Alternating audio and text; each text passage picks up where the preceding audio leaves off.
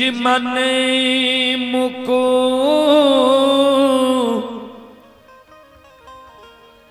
सुधारी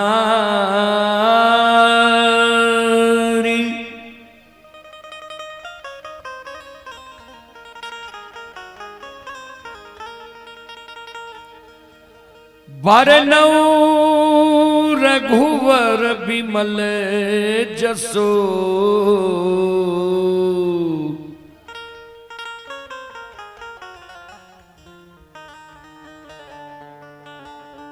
जोदा यक फल चार।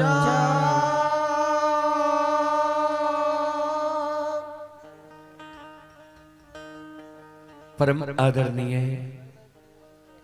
महानुभाव श्रोता सज्जन वृंद, मां बहन बाबू भैया सब बहुत अपार रस की बात है। महथौर जैसी महान गौ पवित्र भूमि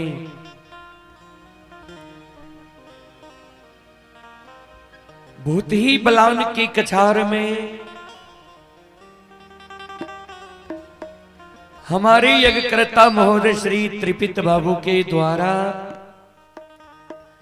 यह धर्म गाथा भक्ति का आयोजन किया गया है, जिसमें आप सभी श्रोताओं मां बहनों की सेवा करने के लिए अभी उपस्थित है। मां भगवती धर्मगाथा भगैत मंडली गायक रूदल पंजियार, जो ग्राम पंचायत बेलवारा प्रखंड सिमरी बख्तियारपुर जिला सहरसा से चलकर आपकी पावन पवित्र नगरी में आप सभी श्रोताओं मां बहनों की सेवा करने के लिए अभी उपस्थित है।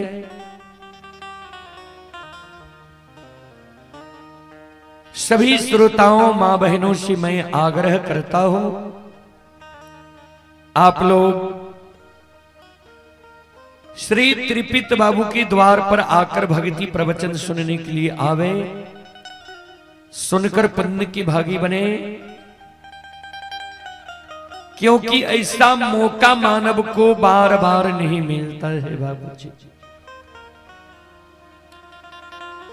कुछ देर ही आप सबों के बीच हम लोगों का कार्यक्रम होगा, उसके बाद धर्मगाथा रंगीन मंडली अपना कला प्रस्तुत करेंगे,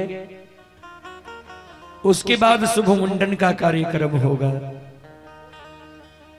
तो जहां तक ध्वनि विस्तारक उपकेंद्र द्वारा आवाज जा रही हो, वहां तक के सभी भाई बंधु माता एवं शक्ति स्वरूपा बहनों से निवेदन करना चाहता हूं, आप लोग त्रिपित बाबू के द्वार पर आकर भक्ति प्रवचन सुनने के लिए आवे, सुनकर पुण्य की भागी बने।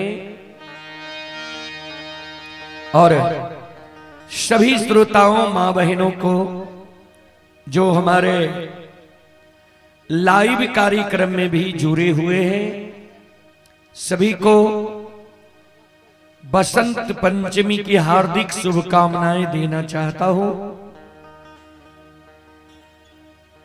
आइए सबसे पहले एक देवी गीत की ओर।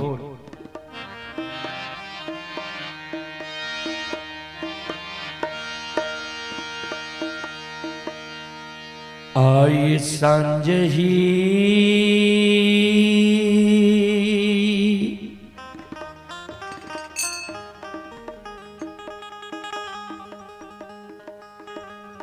में बीनती ये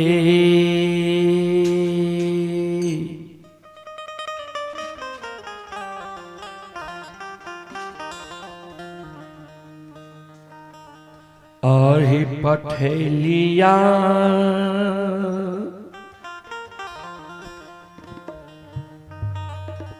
माता है गहीला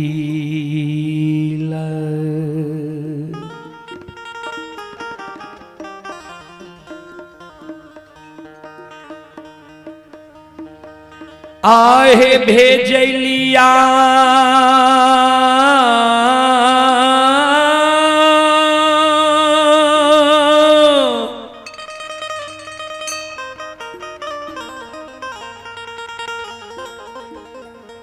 माता है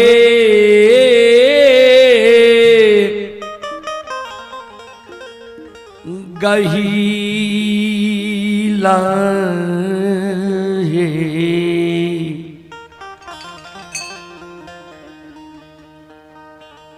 होइते ए भो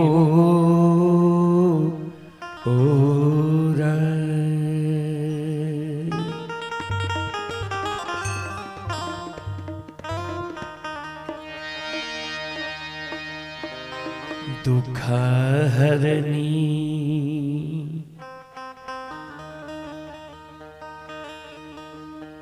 जगत जननी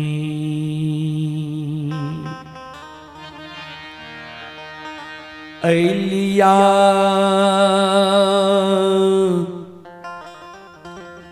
तोरा दरबार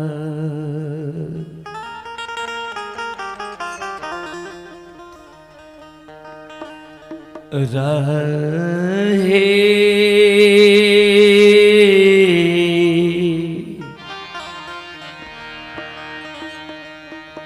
हुईते ए भोर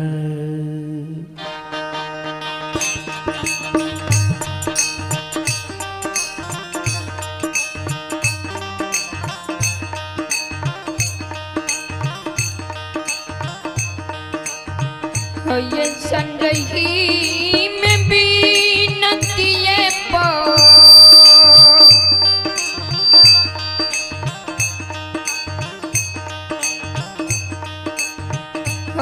संगही में बीनतिए पो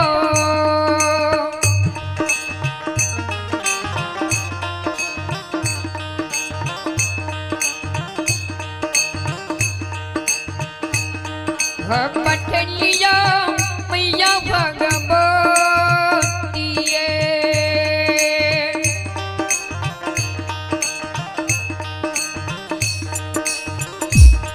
हाँ बेटनिया मैया दुख निये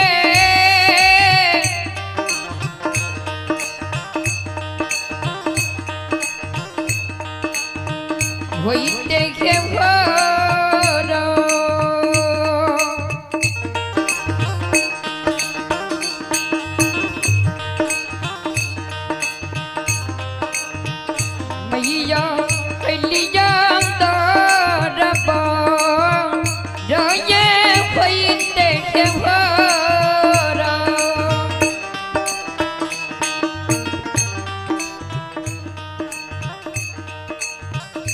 श्रोता बंधु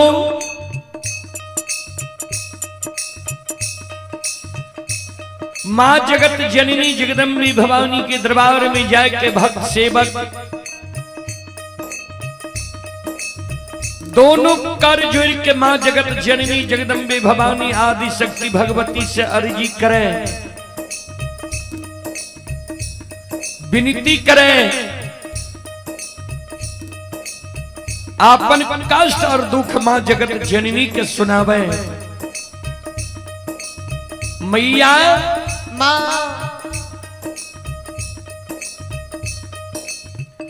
सांझ में अपनी के विनती पठेला होइत भोर प्रातः अपनी के दरबार एलो ये मां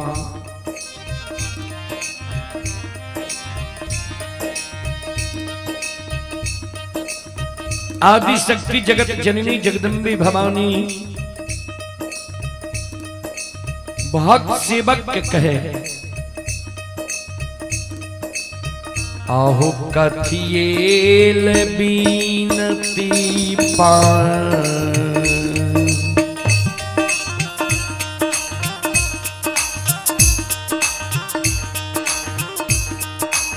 पठल हो बाबू हो सेवा किया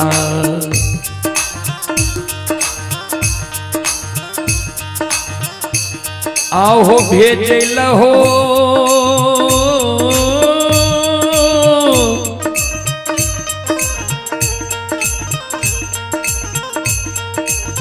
दुखिया से बकिया हो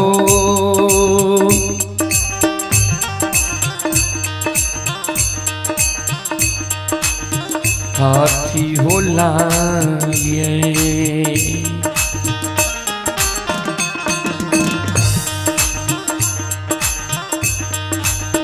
सेवा ऐल हो दरबार राहो कथी लाए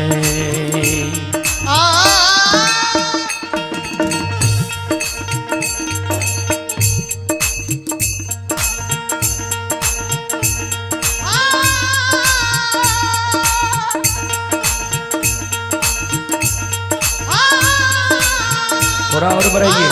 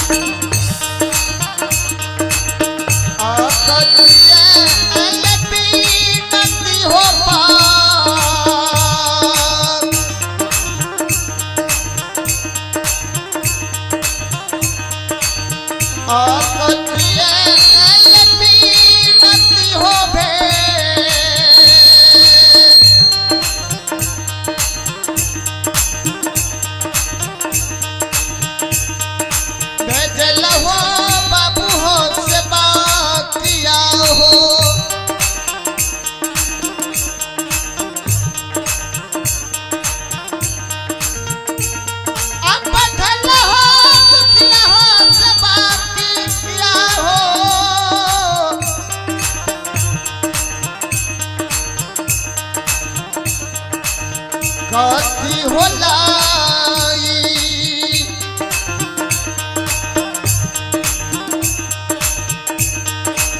सेवक अलहो दरबार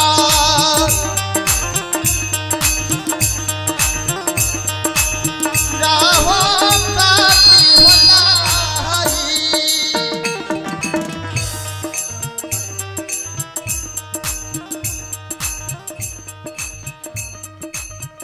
श्रोता भगवान या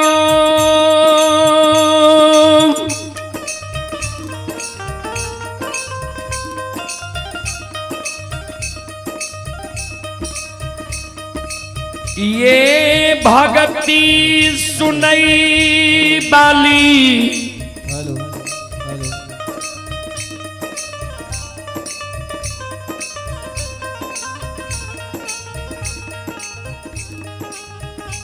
महथोर नगरी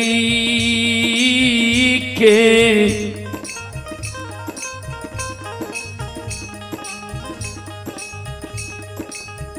देवी तुल्य माता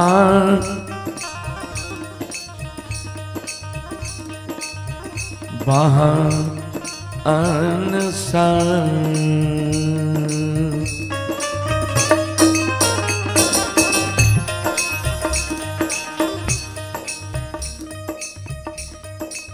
ये अभी जो यह कार्यक्रम आप लोग देख रहे हैं, यह कार्यक्रम Rudal Panjiyar YouTube channel, Maithili hits Bhagat channel व रूदल पंजियार फेसबुक पेज पर यह कार्यक्रम अभी लाइव चल रहा है। जो देश विदेश तक का लोग यह कार्यक्रम का लुत्फ उठा रहे हैं, उसी क्रम में आप हैं सविंद्र यादव, सविंद्र कुमार के ओर से श्रद्धा के साथ बड़े उदार दिल से 51 रुपये की पुरस्कार ऑनलाइन फोन पे के द्वारा आए श्रद्धालु को बहुत बहुत धन्यवाद, लाख लाख शुक्रिया, बहुत बहुत साधुवाद। जय हो दानी श्रद्धालु की जय हो, उनके समस्त परिवार की जय हो।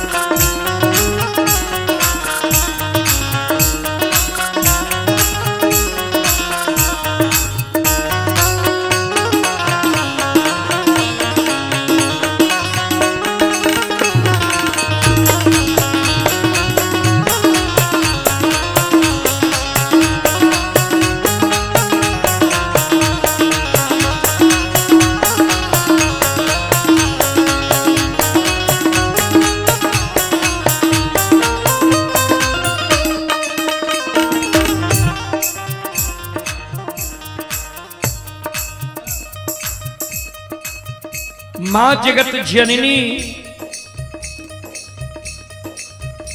जी भक्त के कहल के कथिल विनती पठेलहा,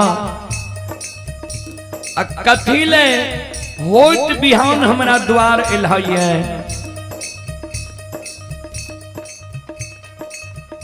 श्रोता बंधु, भक्त सेवक मां जगत जननी के कहे मैया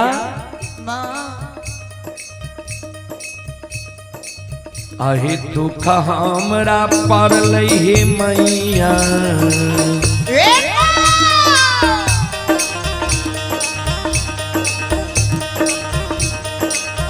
बिनती पठेलिया है।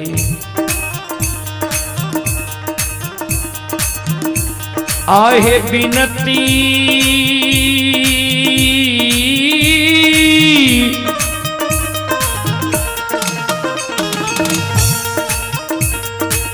मैया पठेलिया है,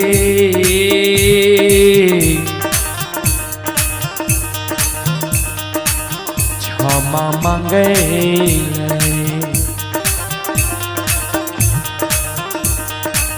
मैया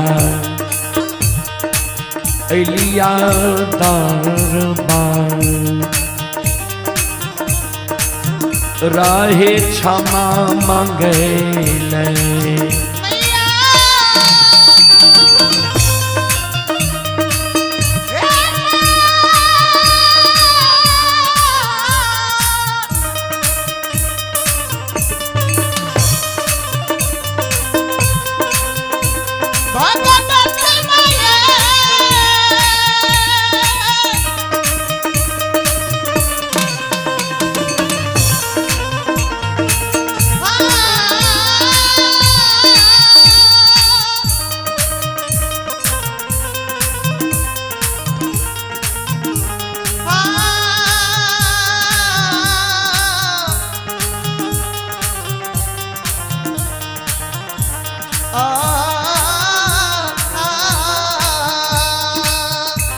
तो भाई उसका क्लिप दीजिए ना, माइक रख दिए हैं।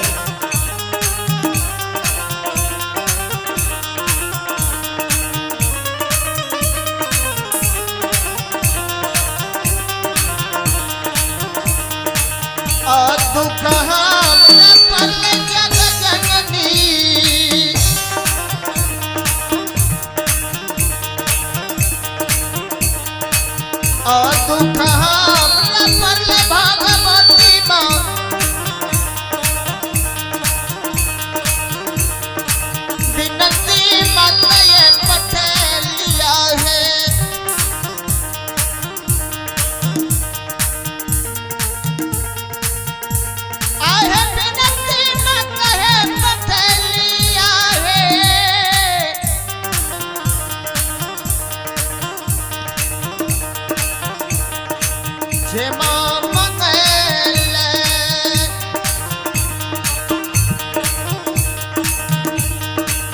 मैया अलिया है दारमा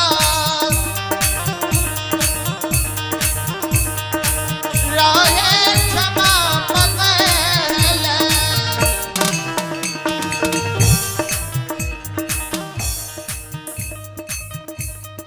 माँ जगत जननी कहे सेवा और दीन पालना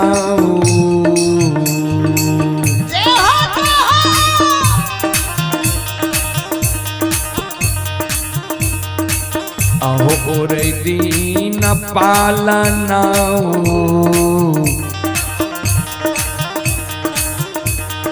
उठलिया बाबू हो सेवा किया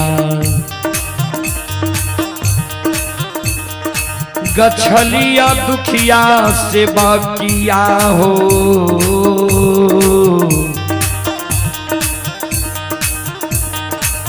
ओरे हो दीना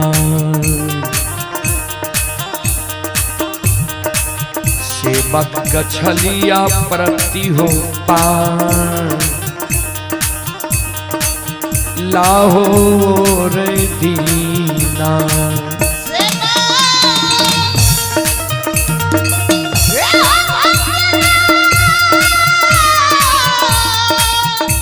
हेलो इसमें थोड़ा बेस दीजिए वहां से।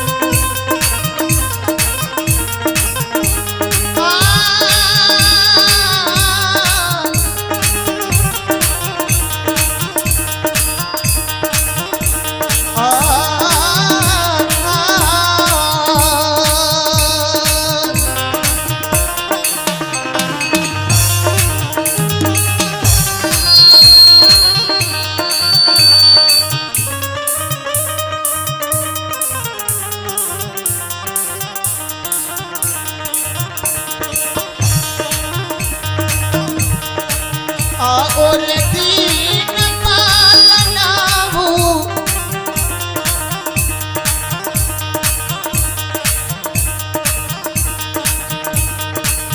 और दीन पालना हूँ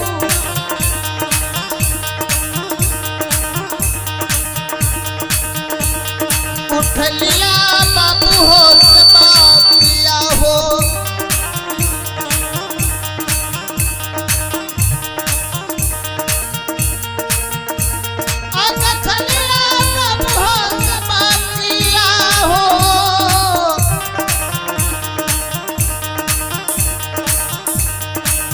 ओरे हो दीना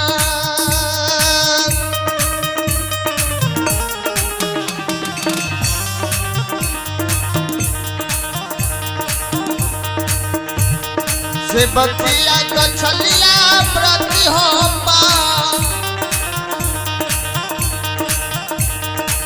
लगहो ओरे हो दीना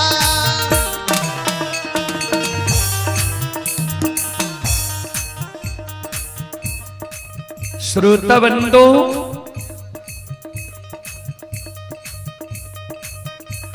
हमारी माँ बहन बाबू भैया सब भक्त सेवक कहे माता हे मैया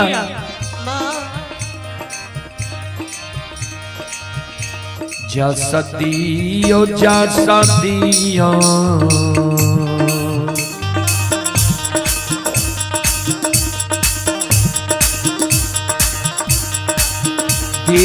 मैया भगवती है।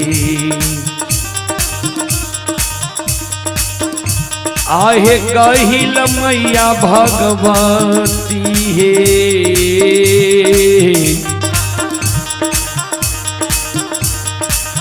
जा सहिल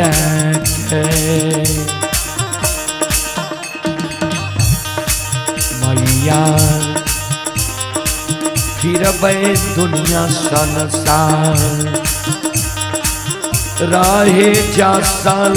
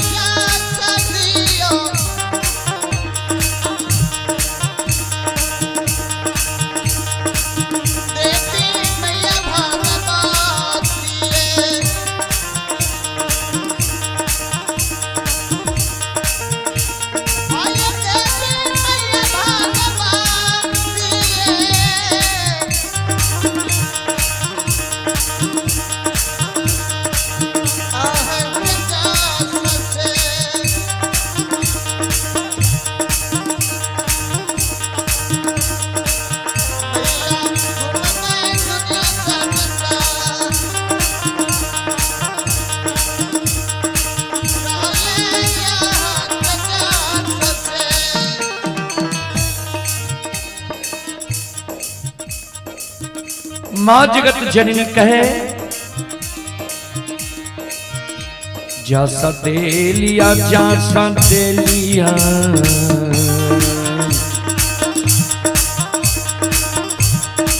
आहो जैसा दे लिया जैसा दे लिया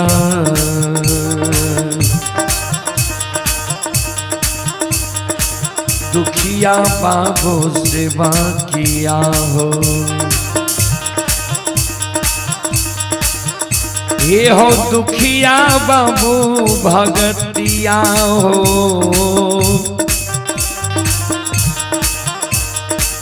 जैसा लेके सेवा फिरी हो दुनिया संसार रहो जैसा लेके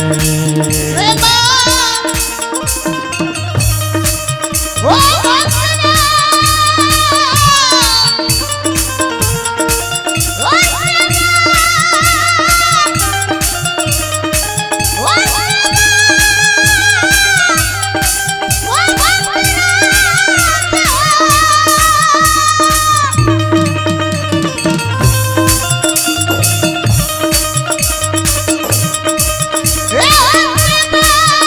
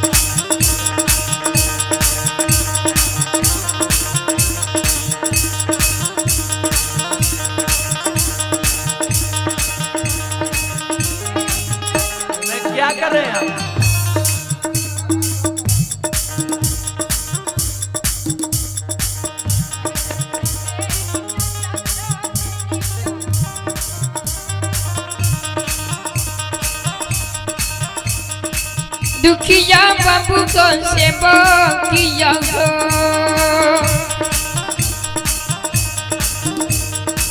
दुखिया बाबू को सेवा किया हो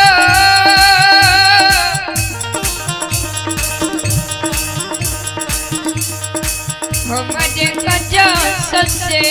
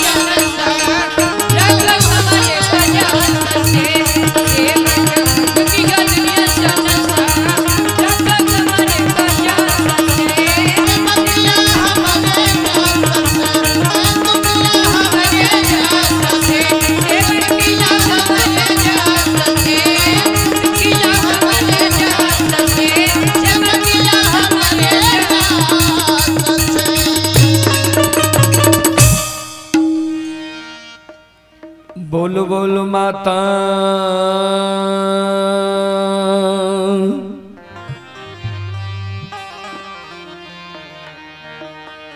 भगवती महारानी की।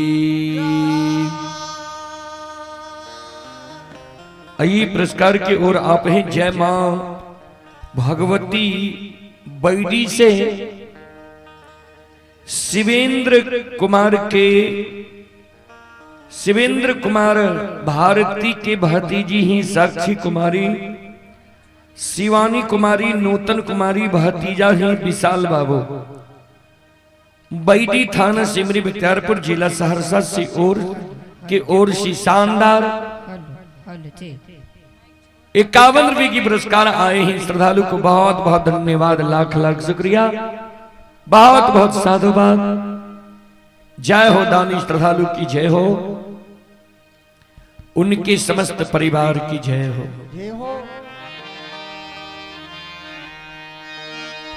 चलो यज्ञकर्ता महोदय के आदेश है जय कारू बाबा के प्रसंग में मां गहील की व्याख्या करवे। ध्यान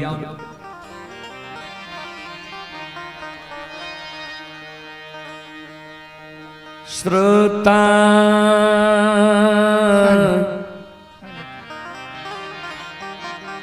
भगवान यो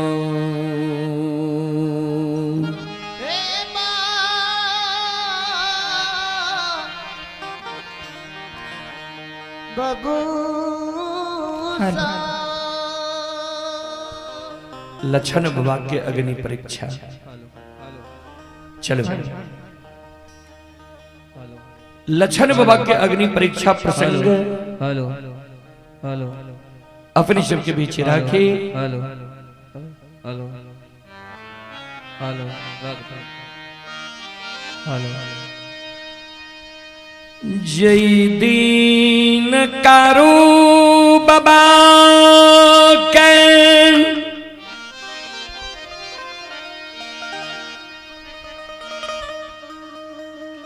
आधरी जंगल में लुल्ही बाघी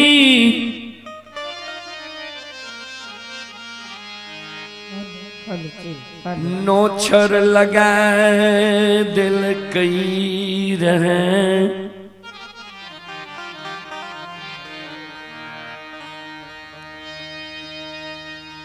कारू बाबा बाबा ओघरदानी नक्षेश्वर नाथ के स्मरण के लिए रहा है। बाबा ओघरदानी नक्षेश्वर नाथ कारू बाबा के दर्शन दिल के संत बाबा कारुकल के गुरुदेव आए उसर के खेत में अधरी जंगल में हम मर रह लिए है। उसर के भूत बनल रहे जब एक कारण हमरा हमर इच्छा ये जे मरने से पहले मां से मिल ली, धर्म पत्नी से मिल ली, कुटुंब कबीला सौर समाज से मिल ली, बौर भाई महीनाथ पंडित से मिल ली, तब हमार प्राण छूटे।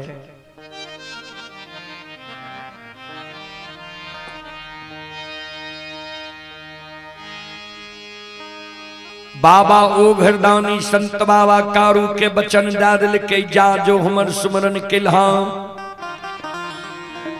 मम दर्शन फल परम अनुपा तोरा अच्छा अनुभव हिता।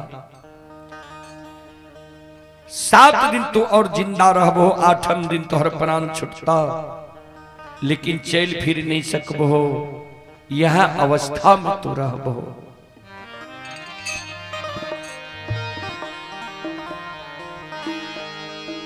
कारू बाबा के समाज के लोग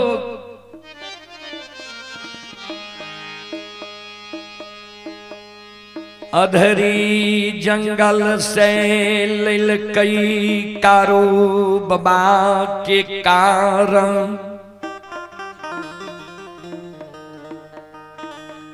सब कइन रहले माय कौन धर्मपत्नी कृष्णावती के बिजुलिया नगरी से लावल गले। कृष्णावती कौन समाज के लोग कौन सबके कारू बाबा धीरज बनावे, धीरज ध्यान सबके धीरज बनावे। कारू बाबा लछन के जांग पर सिर डाल के महापुरा नगरी में सूतल छे।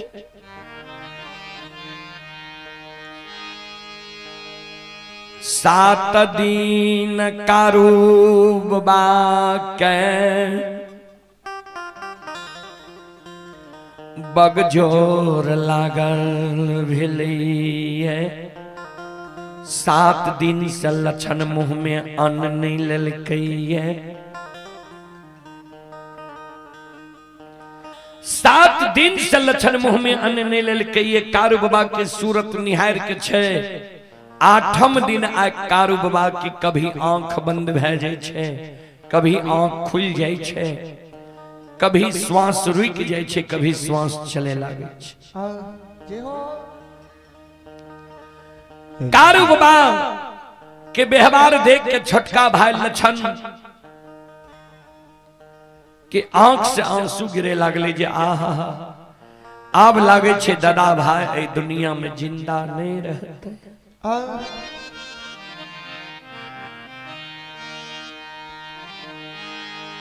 लछन के 2 बूंद आंसू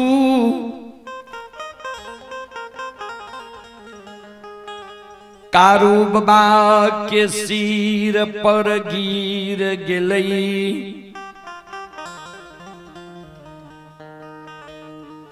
कारू बाबा के आंख खुले छे, लछन के देखे कान। लछन के कारू बाबा कहे सहोदर ने कान ने आंसू गिरा। सबके भाई यही दुनिया में अइलै।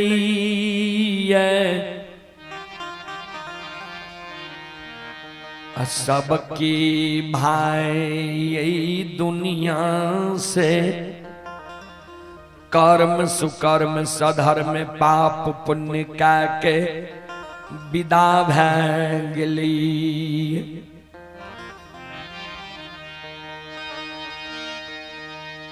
कोई ककरे साथ नहीं गेली है। कारू बाबा के गला में गला मिल के लछन मरे कारु बाबा के मरे के बेर में कौन है?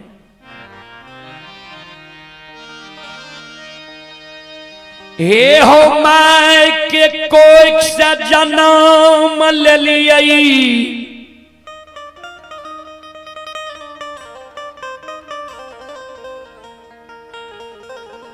माय के दूध छोड़ लियई, माय के गोद से तू हमरा लायल हो। गोद में बैसा के माखन मिश्री खुआ मलाई खिलेल हा, अब पेट लगा के माय के तरह हमरा सुतेल हा। आज तू जा रहल हो गया, तोरा मरे के बाद के हमर सहारा बनता है, के हमर मदद करता है।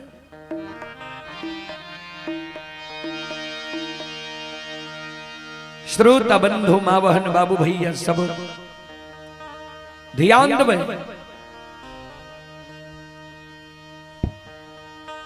सज्जन वर्ग संत बाबा कारो लक्षण के एगो हाथ पकड़ने छे आ एक हाथ से लक्षण के आंसू के पोछे।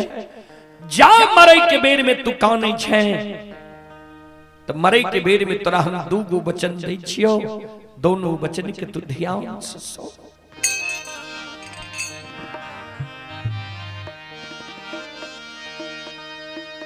जो हम मर जइबई, हमरा मृत शरीर के तू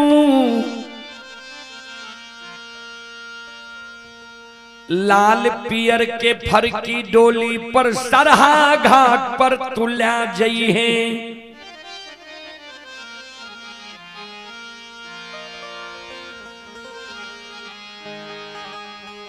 सात बंधन के ऊंक बना लिए, अचरा को पीन पहिर लिए। जना समाज के लोग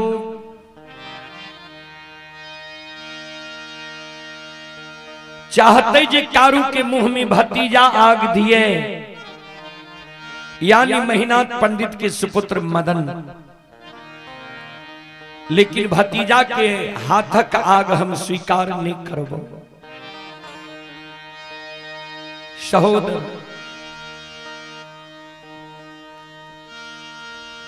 अचरा को पिन पहिर ली है, सात बंधन के ऊक बना ली है। जना घुम घुम के लोग माय बाप के मुंह में आग दे छे, ओहि समान तू नंदग्राम महपुरा में आ भाईया के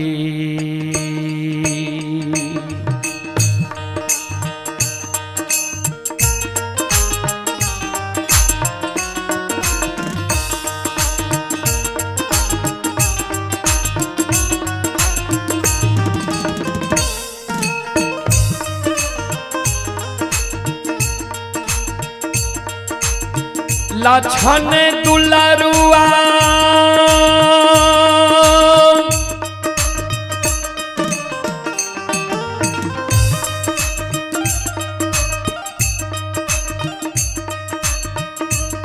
अरे भाईया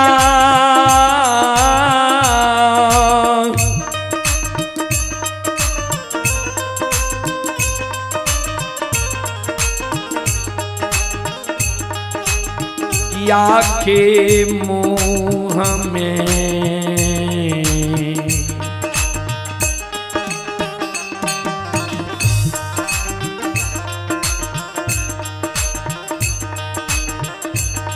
हेरे अगिया दिहरे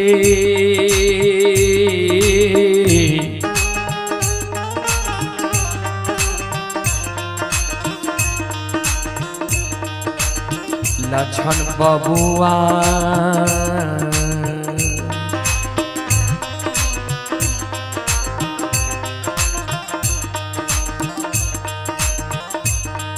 हेरे लक्षण महा पूरा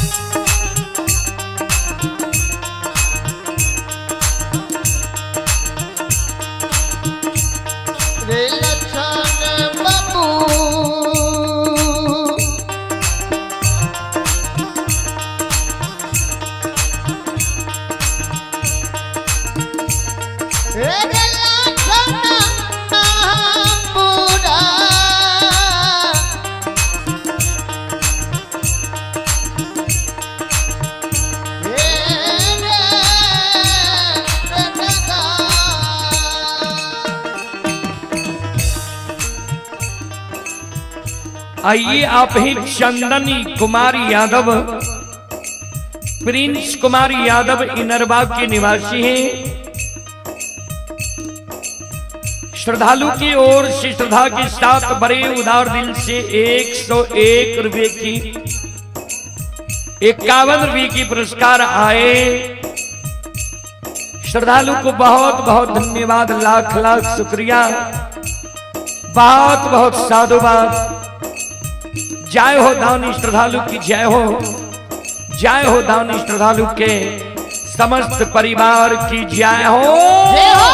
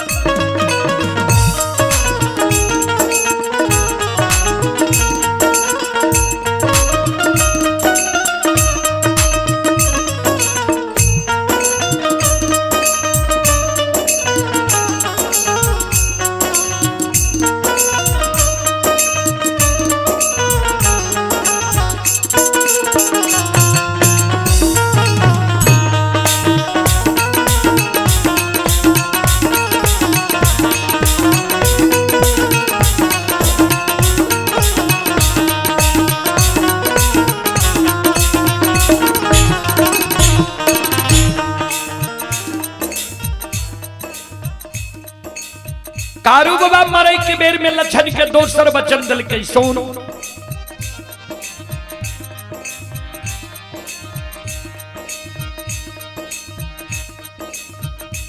तू जी हमरा मरे के बेर में काने छी, जे तोरा मरे के बाद के सहारा बनते, के मदद करते। सोन सहोदर ए रो भाई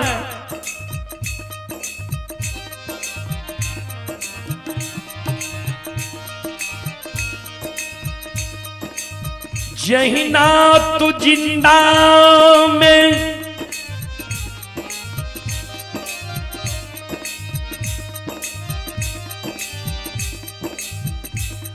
हमरा तोर भाई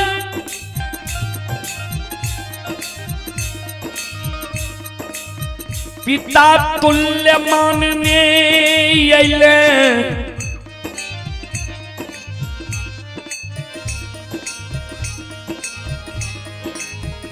हम तोरा छोट भाई अनुज भाई पुत्र के समान होई छई।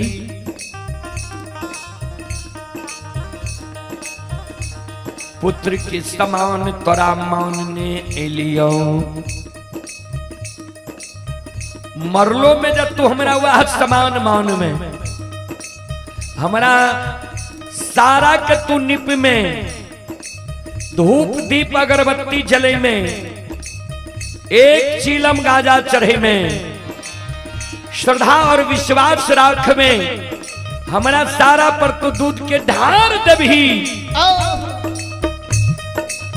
हमारा मरे के बाद भी जो तोरा कोनो दुख पड़ जेतो विपत्ति पड़ जेतो वही दुख विपत्ति में हमर पुकार कर भी जे हो कारू भैया हमारा दुख पड़ गले विपत्ति पड़ गले मरे के बेर में तोरा वचन दे छियो ध्यान से सुन।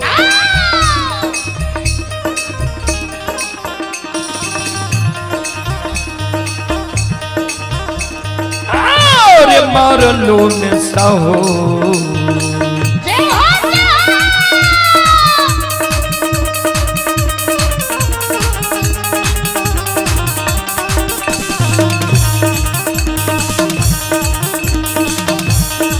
लक्षण लरिला बा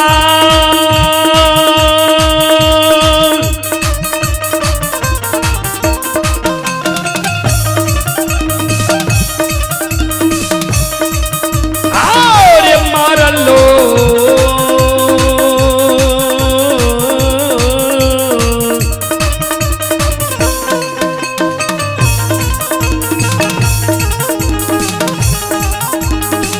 लो में सहोदर रे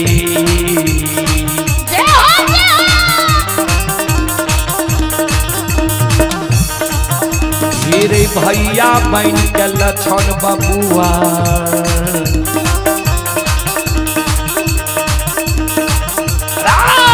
रहबो महापुरा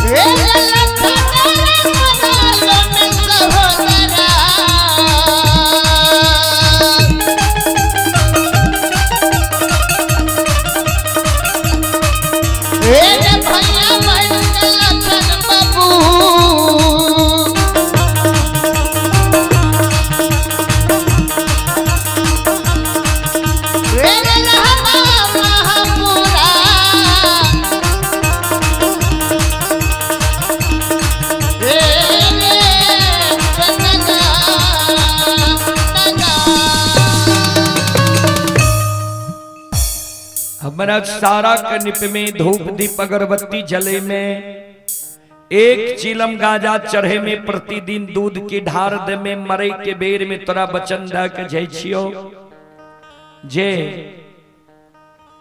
मरलो में तोरा कोनो दुख पड़ जेतो विपत्ति पड़ जेतो वो दुख विपत्ति में हम सहोदर भाई बहन के तोरा लिए खड़ा रहबो। चले पुरस्कार की ओर संत शिरोमणि श्रोता बंधु मां बहन बाबू भैया सब आप हैं घनश्याम कुमार। घनश्याम कुमार की ओर श्री श्रद्धा के साथ बड़े उदार दिल से 25 रुपए की पुरस्कार आए हैं। और आप हैं अमन कुमार। अमन कुमार जी की ओर से शानदार 51 रुपए की पुरस्कार आए। श्रद्धालु को बहुत बहुत धन्यवाद, लाख लाख शुक्रिया, बहुत बहुत साधुवाद। जय हो दानी श्रद्धालु की जय हो, जय हो दानी श्रद्धालु के समस्त परिवार की जय हो। अइला से बकिया मैया तोहरे दोरिया है मैया, अइला से बकिया मैया तोहरे दोरिया है मैया, अइला से बकिया मैया तोहरे दोरिया है मैया, अइला से बकिया मैया तोहरे दोरिया है मैया, सेवक के मन के मनोरथ वही मैया, सेवक के मन के मनोरथ वही मैया, सेवक के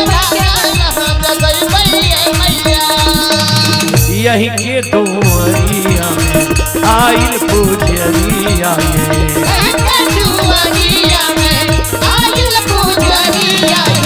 एक बेरा तेरी देवे सेवक पर नजरिया एक बेरा तेरी देवे सेवक पर नजरिया तेरो से ऐता सेवक तोहरे दोरिया मैया, तेरो से ऐता सेवक तोहरे दोरिया मैया, तेरो से ऐता सेवक तोहरे दोरिया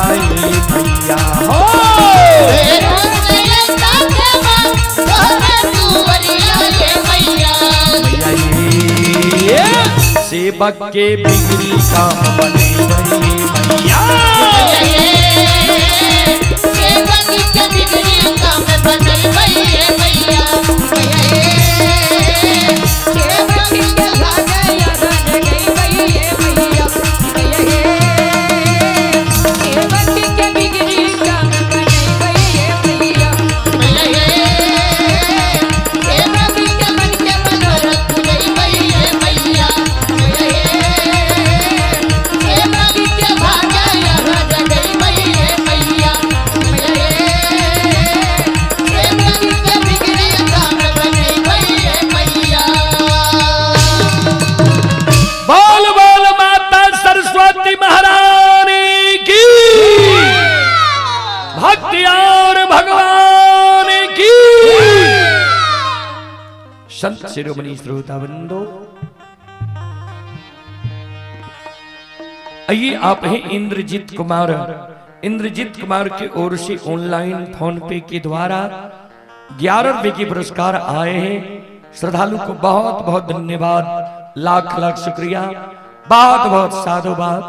जय हो दानी श्रद्धालु की जय हो, उनके समस्त परिवार की जय हो।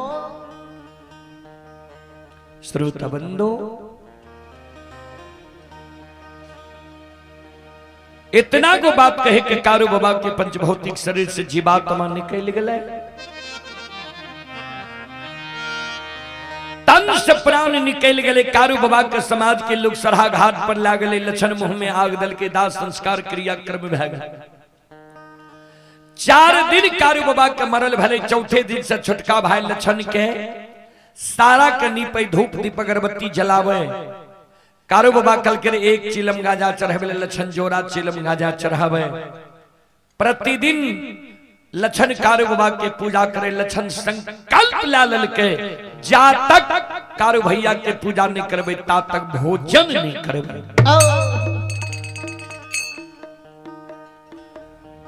6 महीना कारू बाबा के मरल भै गेलैया।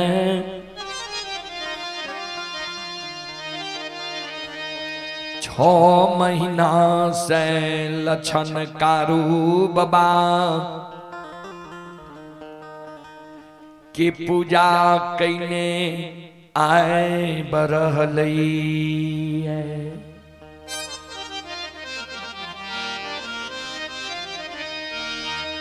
6 महीना से लछन कारू बाबा के पूजा कैने आए रहले। ये एक तो यादव वंश में कारू बाबा से बौर भाई महीना काशी में पढ़ के ज्योतिष पंडित विद्वान आचार्य बनले। बनगो महिषी के विद्वान लोग महीनाथ बाबा कहें से दुष के मारे। जे यादव वंश में कहीं पंडित भेलाइए वह वंश में लक्षण भूत की पूजा करे लगले, सारा के पूजा करे लगले, मिट्टी की पूजा करे लगले। विद्वान लोग मन में सोचे जय वंश में काशी के पढ़ल पंडित ज्योतिष विद्वान आचार्य वो वंश में भूत की पूजा है। जय दिन महीना पंडित गौर पर चढ़ते वही दिन ने पूछबा आए 6 महीना कारू बाबा के मरल भेलैया। अब बड़का भाई महीनाथ पंडित पाखर के पेड़ तर बैस के पोथी पुराण पढ़े छे। समाज के लोग के पोथी पुराण पढ़ के समझावे छे। आय महीनाथ बाबा के विषय छिए मानव जब मर जाए छे कर्म के अनुसार दोसर योनि में जन्म होय छे।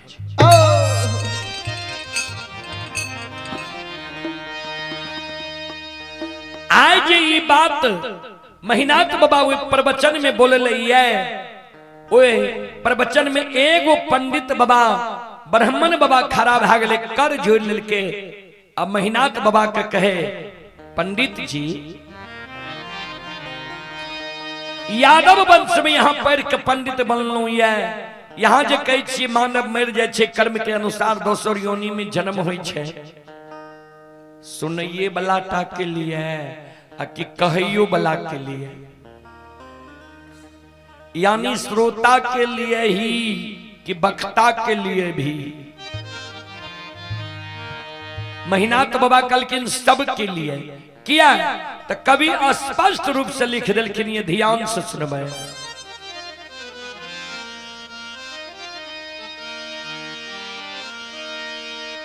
कार में प्रधान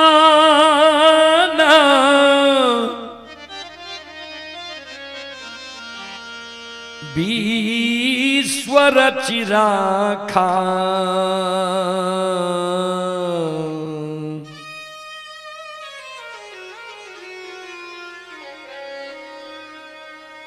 जो जस करई तस फल चाखा।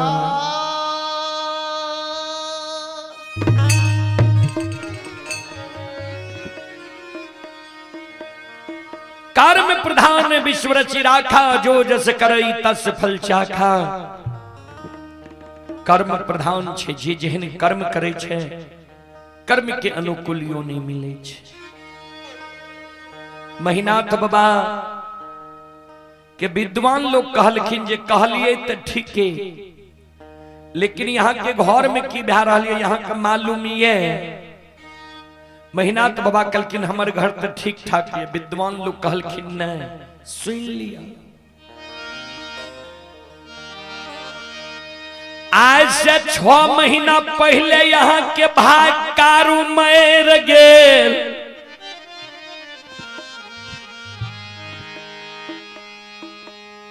अछैत भतीजा यहाँ भाई से आग दिलैलियै।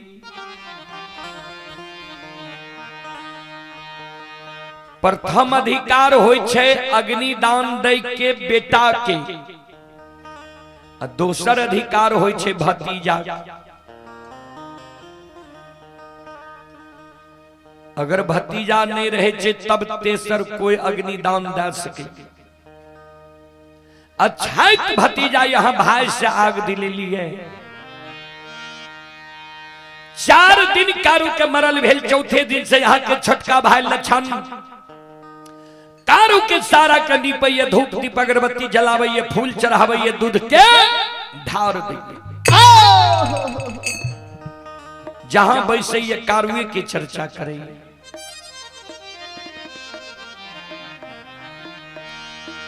जय वंश में काशी के पढ़ल पंडित ज्योतिष विद्वान आचार्य, वो वंश में भूत की पूजा है। बाबूजी मुहामुही जब कोई कथा व्यास के कोनो बात कहियो तत्काल के लिए सभा भंग भे जाए, सभा भंग भे गए। महीनाथ बाबा मन में सोचलखिन जे आब लक्षण के समझावे पड़ते। कारू बाबा मर गए, लक्षण भे गए, गई बार आए अपने से महीनाथ बाबा लक्षण ले गाय चरा कर सांझ में अपने से महीनाथ बाबा पहुंच गए लाठा बथान। लक्षण के इशारा से बोला के बगल में बैसा लेल के लक्षण के समझावे लगले। लक्षण हो सुनै छियै तू कारू के पूजा करे छो, नाम जपे छो, जहां बैसे छो कारुए के चर्चा करे छो।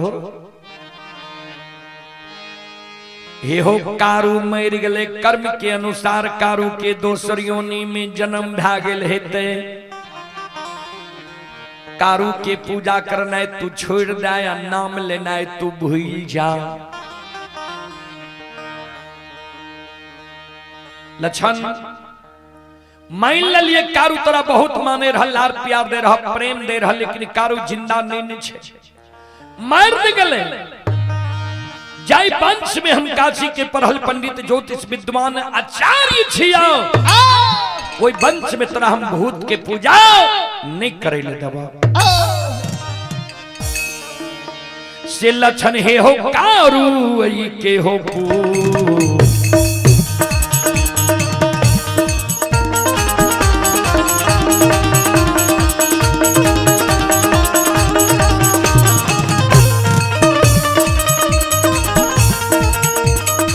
लक्षण लरी लबा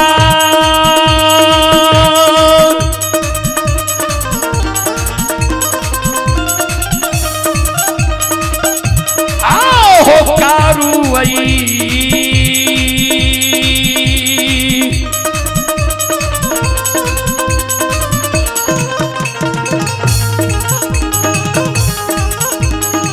वही के पूजा हो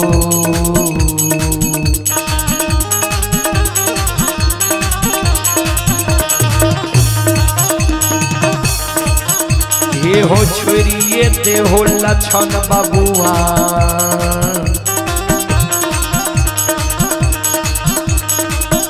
आओ लक्षण महापुरा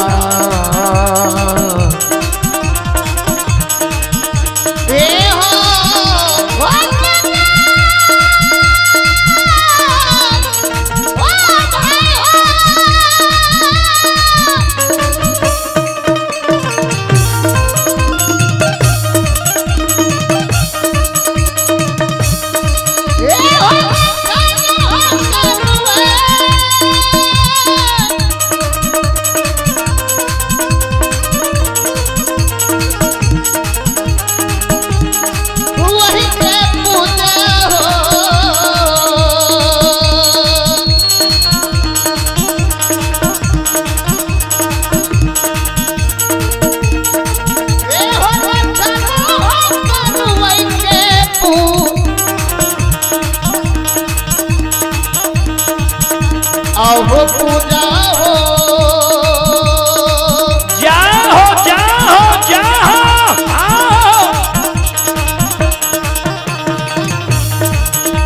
आओ छोड़िए के हो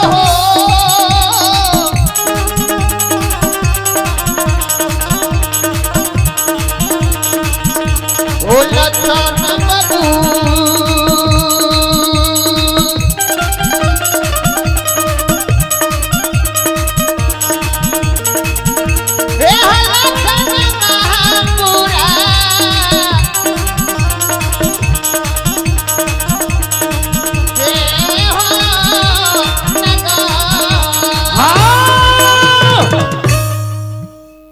कारू के पूजा करना है तू छोड़ दे और नाम लेना है तू भूल जा। लछन मुहम ही कुछो नहीं कहल के जे कारू भैया के पूजा छोड़ब कि नहीं और नाम लेना भूलब कि नहीं। लेकिन वो बात के प्रभाव भी लक्षण करने पर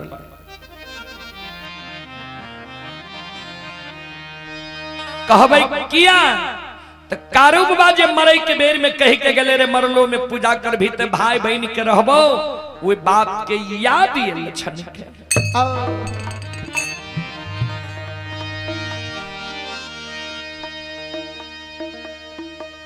लछन कारू बाबा के पूजा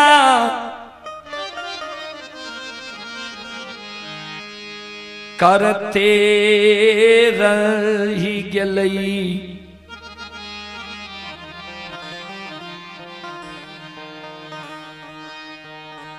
ध्यान दो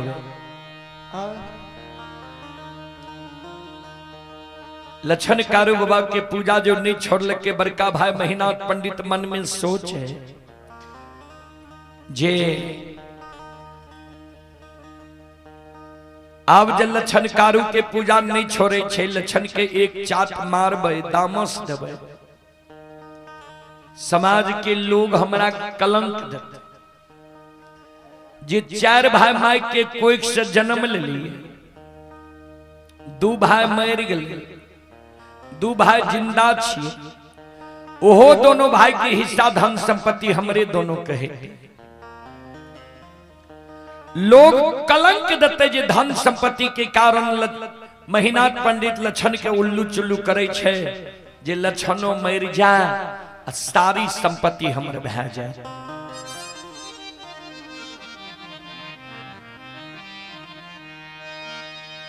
आई कारण लछन करने एक चाट मारबे नहीं दामस देबे सबसे बड़ो समाज होय छे। समाज के मरर मंजन प्रमुख लोग के बुला ले छिए आ लछन के कहबे बुझा दो समझा दो।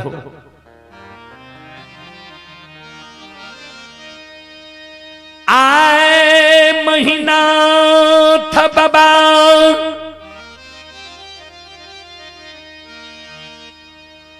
महापुरा नगरी के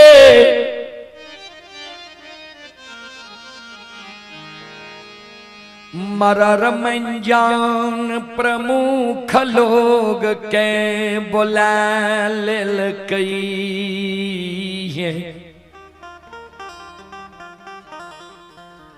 अल्लाह ठा बथान पर सभा लगा दिल कई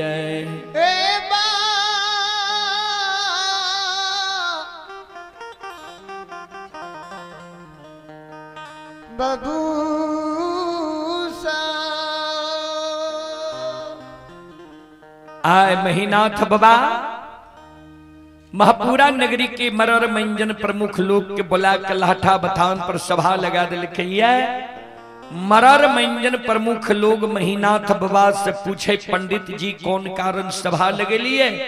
महीनाथ बाबा वो सभा में दोनों कर जोड़ के खड़ा भ गए हो समाज बाबा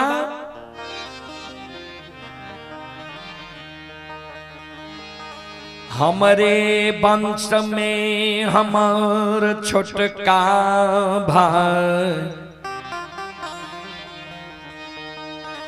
लछन महामूर्ख जन्म गिलई।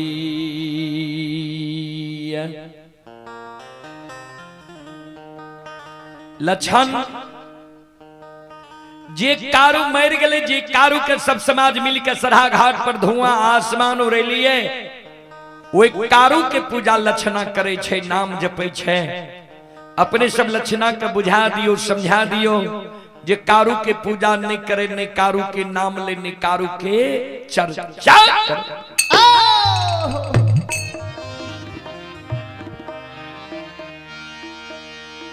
समाज के मरर मंजन प्रमुख लोग लक्षण के बुला के बीच सभा में बैसा लेल के लक्षण के समझावे लक्षण हो ठीके ने तोहर भाई कहे छा कारू मर गए कर्म के अनुसार कारू के दोसर योनि में जन्म भए गेल। तू जे कारू के पूजा करे छो नाम जपे छो अच्छा नहीं होई छा। मान ला कारू तोरा बहुत माने रह लार प्यार दे रह प्रेम दे रह लेकिन कारू जिंदा नहीं छे। सब तोरा भाई के बात माने छन तू भाई के बात मैं ने कान ने आंसू गिरा ने कारू के पूजा कर। समाज के लोग जे लक्षण के समझावे रहे वो से महीनाथ बाबा दबाव दे समाज बाबा ठीक से दुश्मन के समझा दियो। हम आई दुश्मन के समझलिए हमर बात नहीं मान लके समाज के बोले लो ए दुश्मन के समझावे के लिए।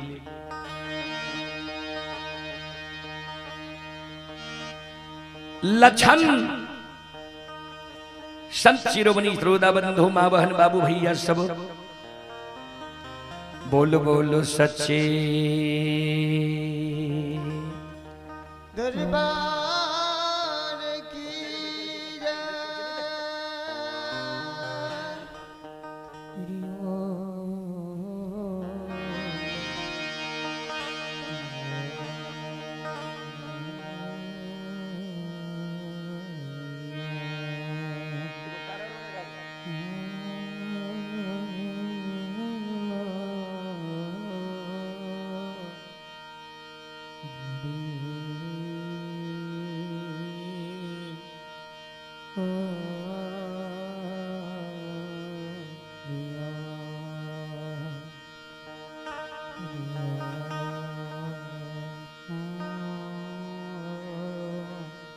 श्रोता बंधु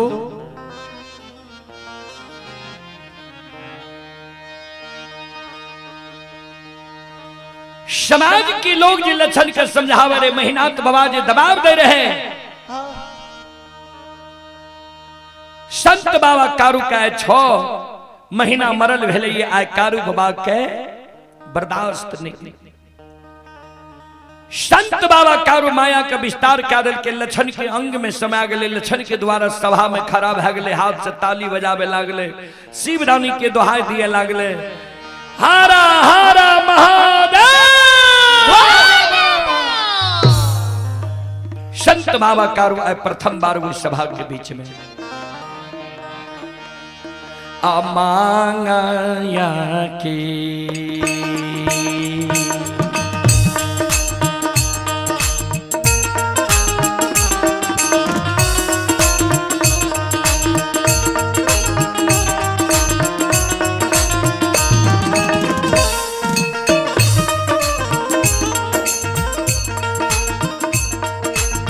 हो बैरागी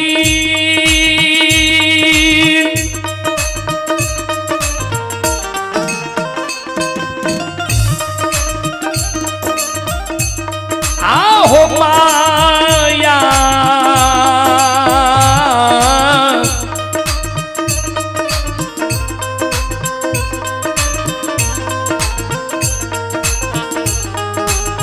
या खेली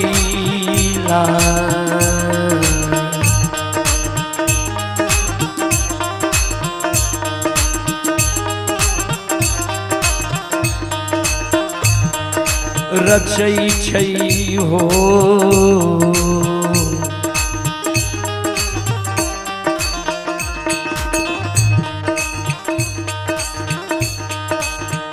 कारू बाबा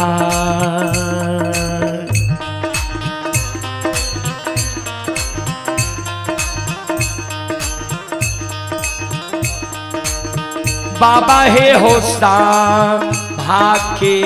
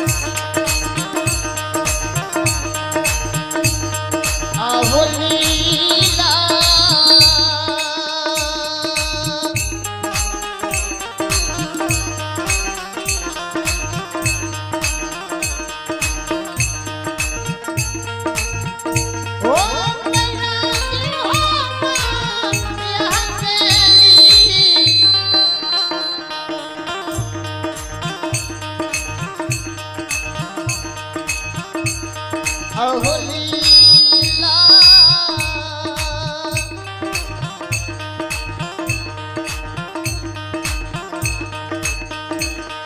और सही सही हो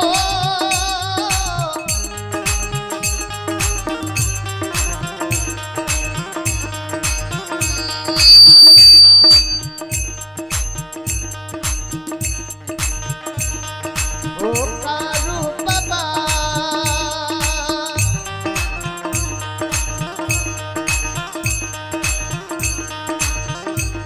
ए हो बाबा बाबा के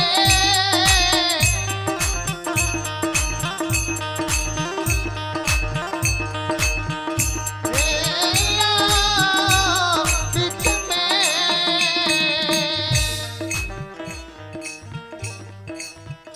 ध्यान देवे। संत बाबा कारू माया का विस्तार क्या दिल के लक्षण के अंग में समय के हाथ से ताली बजा दिल के शिवरानी के दोहाय दे दिल के समाज के मरण मंजन प्रमुख लोग मन में सोचे ठीके लक्षण खिरहरी वंश में महामूर्ख जन्म गलैया दिखाते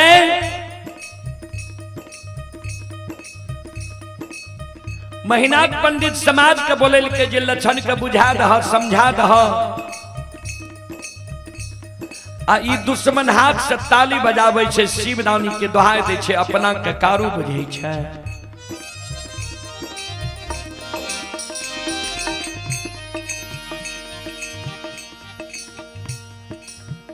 समाज के शब्द सुन के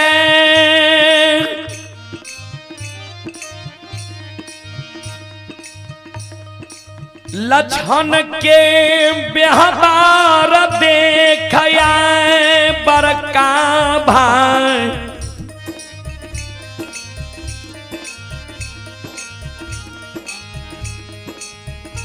महिनाथ पंडित के क्रोध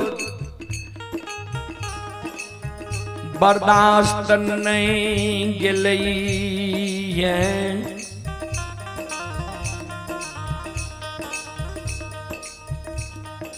महिनाथ बाबा का क्रोध बर्दाश्त नहीं किया। महिनाथ बाबा सभा में कर जोड़ लेके हो समाज बाबा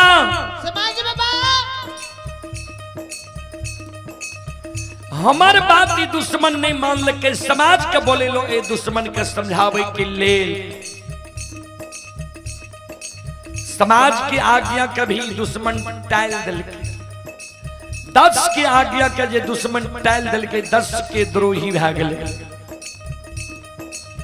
तो 10 द्रोही बचे न कोई जो बचे सो पावर हो। 10 की आज्ञा के जी दुश्मन टाल दिल के ताबी हमार भाई ने हमार दुश्मन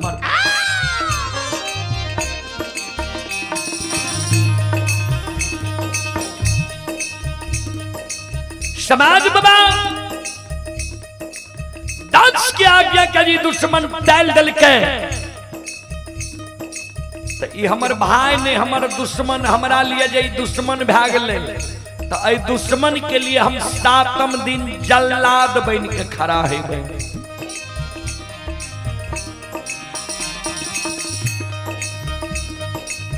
आज सभा में हम 7 दिन के समय दुश्मन के दै छिए। 7 दिन के अंदर अगर लक्षणा कारू के पूजा छोड़ देते नाम लेना भूल जेते तब तक हमार भाई अगर इस 7 दिन के अंदर कारू के पूजा नहीं छोड़ लके नाम लेना नहीं भूल ले तो ये हमार भाई नहीं हमार दुश्मन।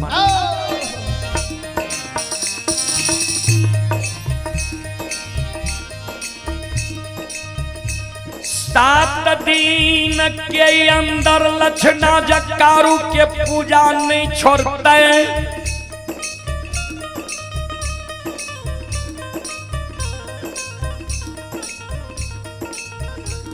तो आठम दिन 7 गो गाछ चंदन छे पोखर के महार पर, वो 7 गाछ चंदन के कटवा देवे।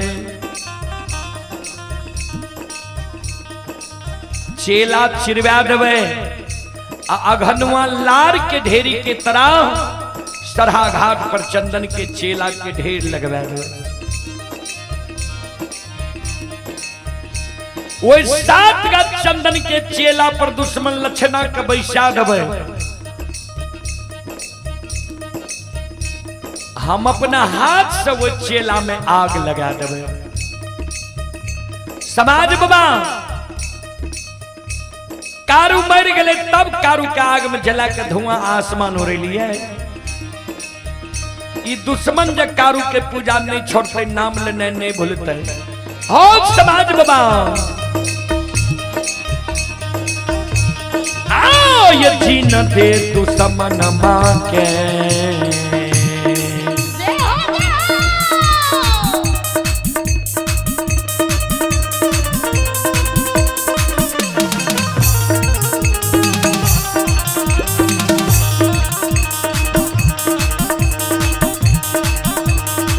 यो सुनवैया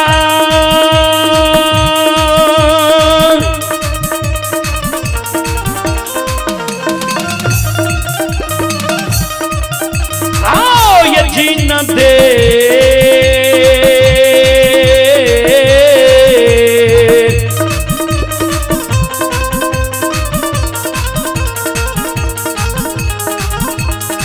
दे तू समन मां के।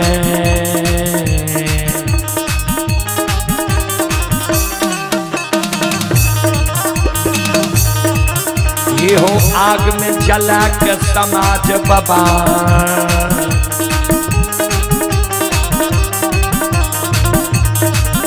आओ देवै का न हो।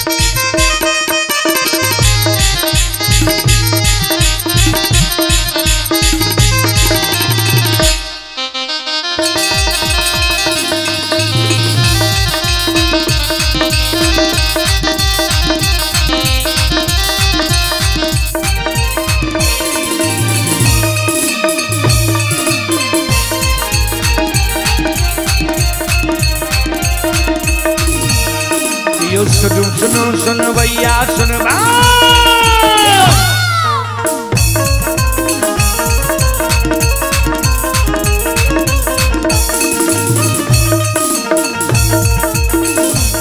हे यो सुनो सुनो सुन भैया सुन बे यो गवैया बज भैया सुन बे।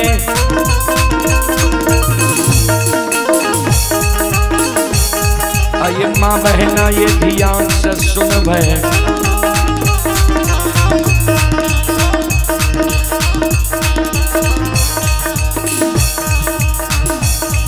ये धर्म की बात प्रेम से सुन बे। ऐ मालिक की लीला का सुन बे। बरबर लीला गुस्साए चल गए माया लगे लगे रासर चल गए।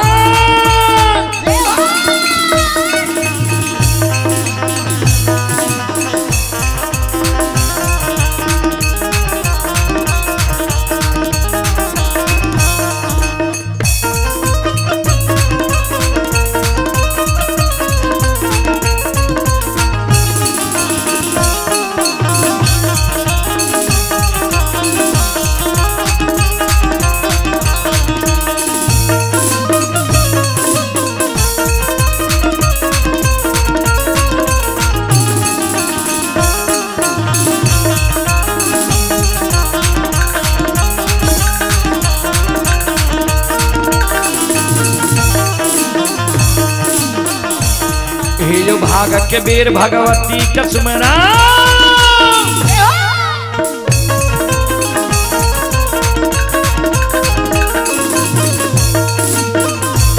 हे जो भाग के बेर भगवती कसमरा सादा भवानी जगदम्बा कसमरा।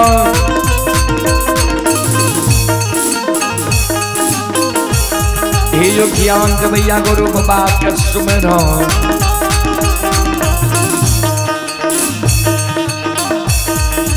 विद्यादाता सरस्वती के सुमरो गौरी के पुत्र गणेश के सुमरो उमापति महादेव के सुमरो हारे यो वीर पवन सुत के सुमरो दुर्गा काली महाकाली के सुमरो सभा के बीच धर्मराज के सुमरो।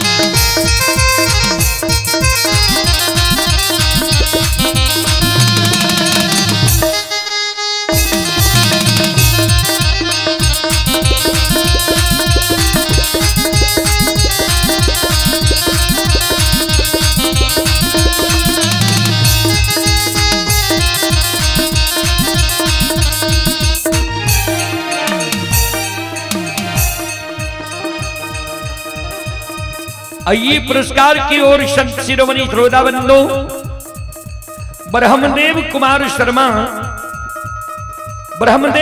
शर्मा की ओर से श्रद्धा के साथ बड़े उदार दिल से शानदार 11 रुपए की पुरस्कार आए हैं। श्रद्धालु को बहुत बहुत धन्यवाद, लाख लाख शुक्रिया, बहुत बहुत साधुवाद। जय हो दानी श्रद्धालु की जय हो, जय हो दानी श्रद्धालु के समस्त परिवार की जय हो।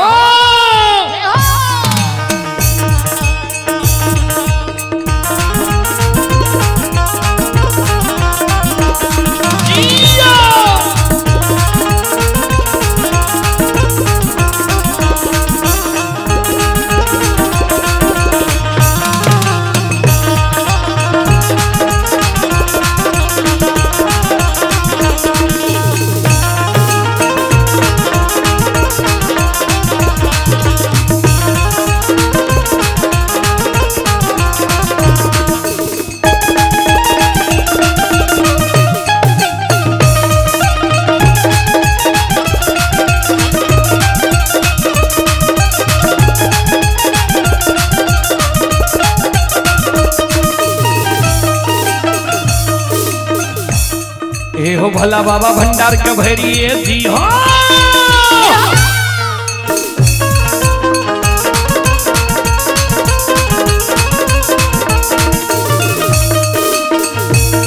ये हो भला बाबा भंडार का भैरी दी हो, ज्ञान के दीप सरस्वती जलई हो।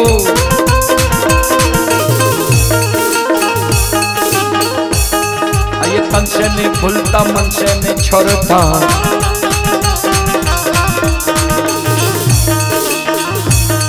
ये सिर में सबैया से बक जाती हो, जीवन की मन की मनोरथ पूरी हो, बिगड़ल काम कभी मन बनई हो।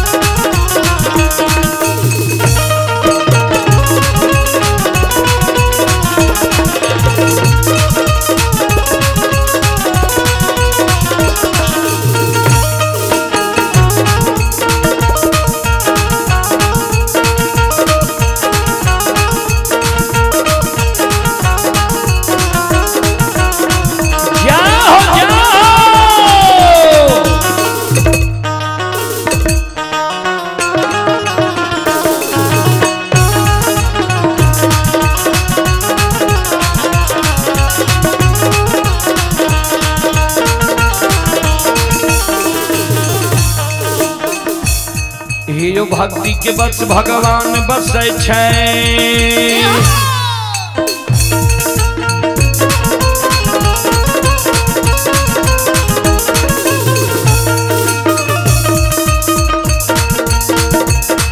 यो भक्ति के बस भगवान बसै छै, जे सब मालिक के भक्ति करलकै।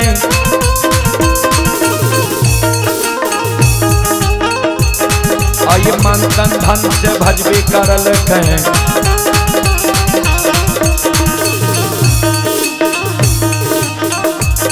आई हो पर पीड़ा पार करल हरि में घोर बसाए उठबै, पल में परले मचाइए नहीं छा।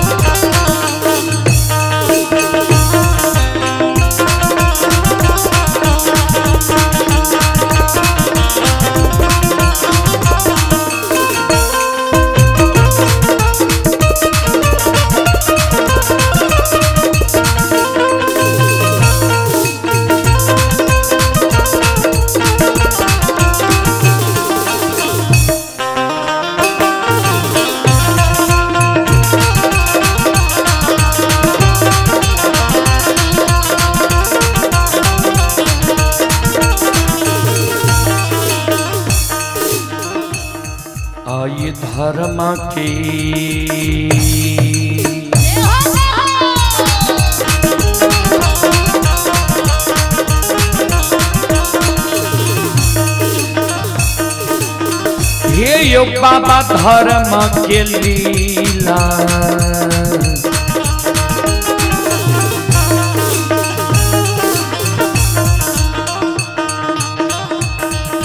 अपार छो समाज बाबा यो छल दुनिया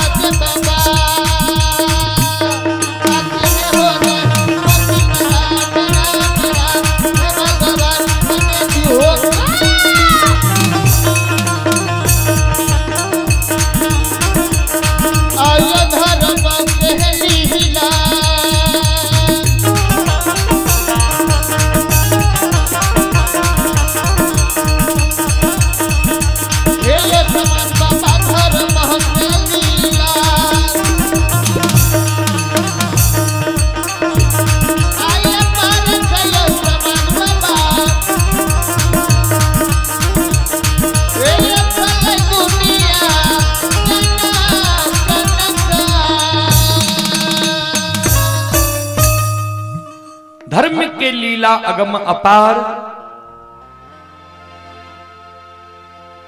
कोई पावे न पार गुण गावे हजार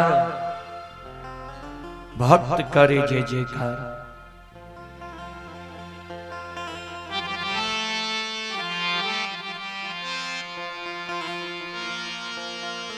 महीनाथ बाबा वो सभा में कह दिल के जे 7 दिन के अंदर जल लक्षणा कारू के पूजा नहीं छोड़ते।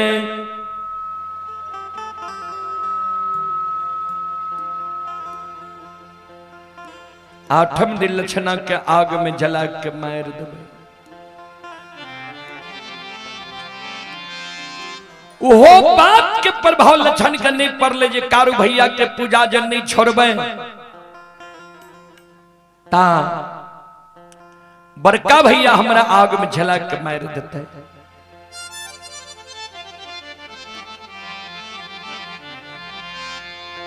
लक्षण कारू बाबा के पूजा करते रह गए। 8हम दिन बड़का भाई महीनाथ पंडित मन में सोचे जे एक बार देखल जा जे लक्षणा कारू के पूजा छोड़लके कि नहीं छोड़लके।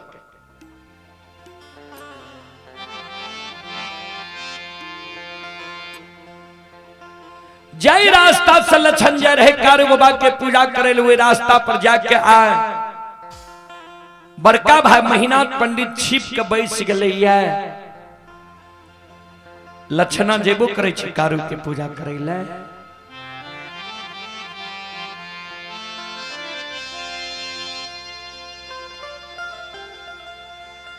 आए लक्षण सवेरे सवेरे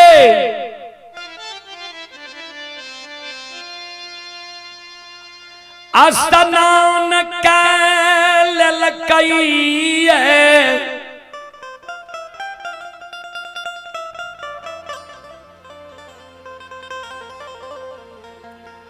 फूलडाली में फूल ला ललकैये, धूप दीप अगरबत्ती ला ललकैये, कमंडल में दूध ला ललकैया।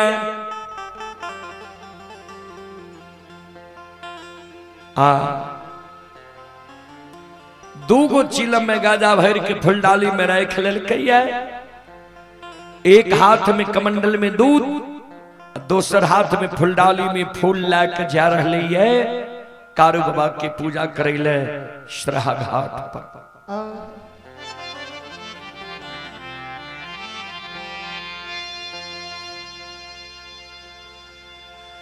जाहि न लक्षण महीनाथ बाबा के नजदीक पहुंच लई है। बाबूजी महीनाथ बाबा के नजर पड़ गए लक्षण पर। महीनाथ बाबा मन में सोचे, ओ दुश्मन कारू के पूजा नहीं छोड़ के नाम लेने नहीं भूल। लछन के आगे में सामने सामने महीनाथ बाबा खड़ा भा गए।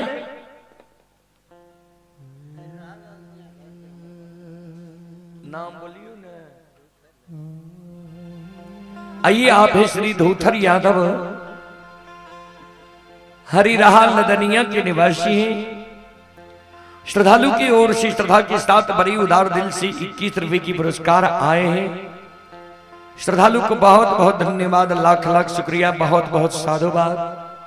जय हो दानी श्रद्धालु की जय हो, उनके समस्त परिवार की जय हो।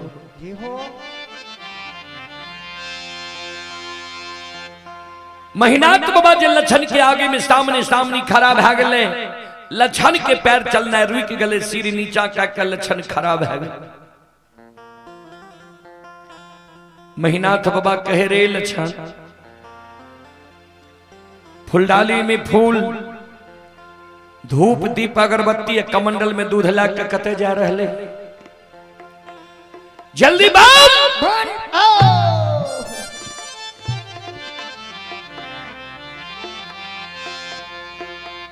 महीनाथ बाबा के क्रोध देख के लछन के शरीर थर थर थर थर कांपे लागले। फुलडाली के धरती पर राय खिदल के, कमंडल के दूध के धरती पर राय खिदल के, दोनों कर जोड़ के महीनाथ बाबा के चरण में प्रणाम करे। बड़का भैया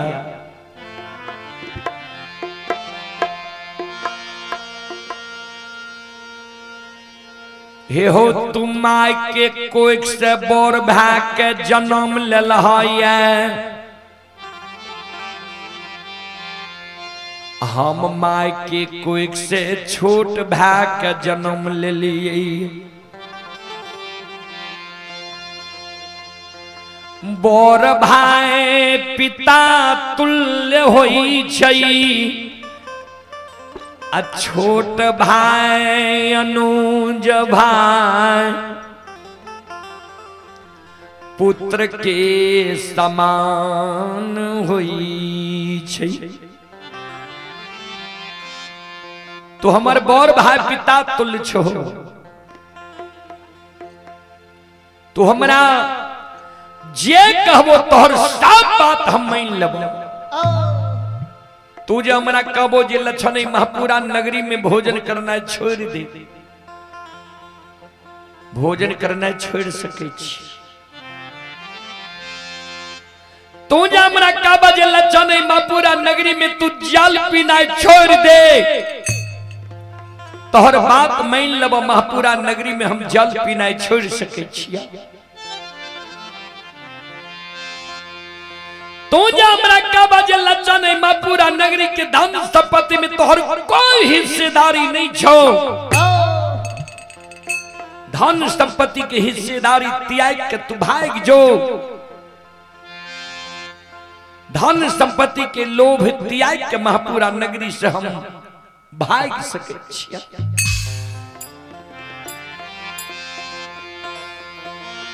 सब बात भैया हम तोहर मान लेबा, लेकिन एगो बात हम तोहर नहीं मानबा। तू जे कहे जो कारू के पूजा करना छोड़ दे, नाम लेना भूल जो।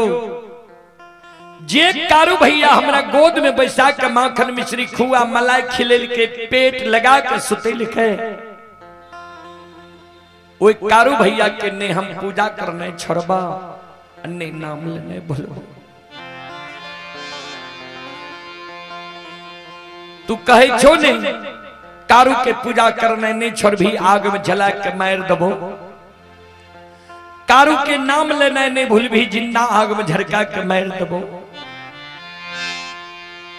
आग में जला के हमरा तुम मार दबो, आग में जल के हम मर जेबा। लेकिन जा तक हमरा तन में प्राण रहता, हमरा ए पंच भौतिक शरीर में रमता राम रहता। ए ओ बड़का भैया हमारा तो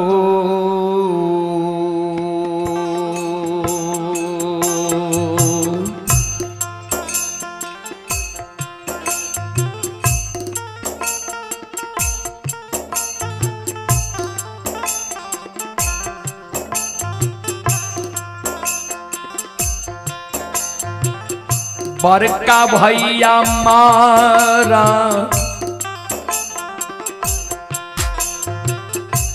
ओ हो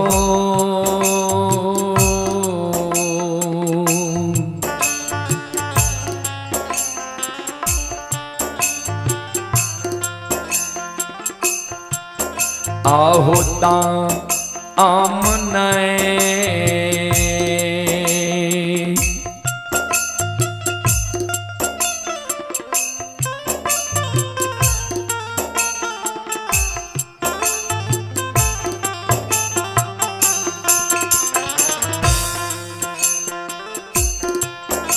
आहो भूलबा हो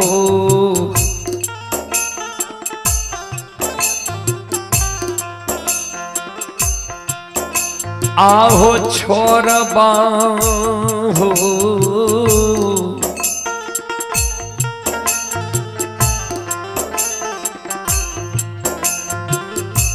बड़का भैया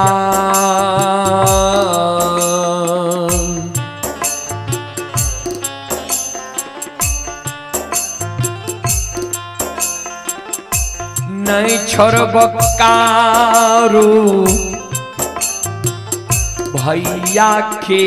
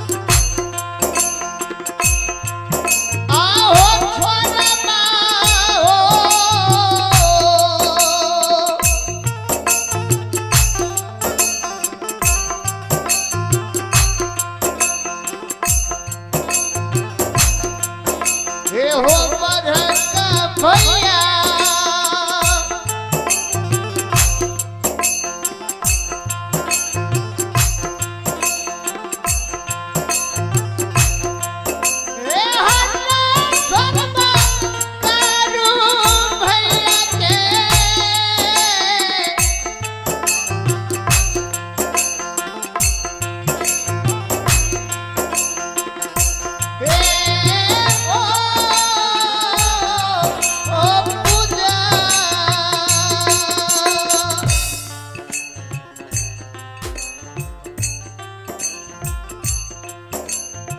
ये माता जी की ओर से श्रद्धा के साथ बड़े उदार दिल से 51 रुपए की आशीर्वाद हमारे मंडली के लिए आए हैं। माता जी के चरण कमलों में कोटि कोटि नमन करता हूं, आशीर्वाद चाहता हूं, भगवान से कामना करता हूं भगवान माता जी को भवसागर की नैया से पार लगा दे। आप हैं Santosh Kumar, gram Gauravgarh, ward number 2, नगर निगम सहरसा। संतोष कुमार के सुपुत्री हैं कुसुम कुमारी, नीसू कुमारी।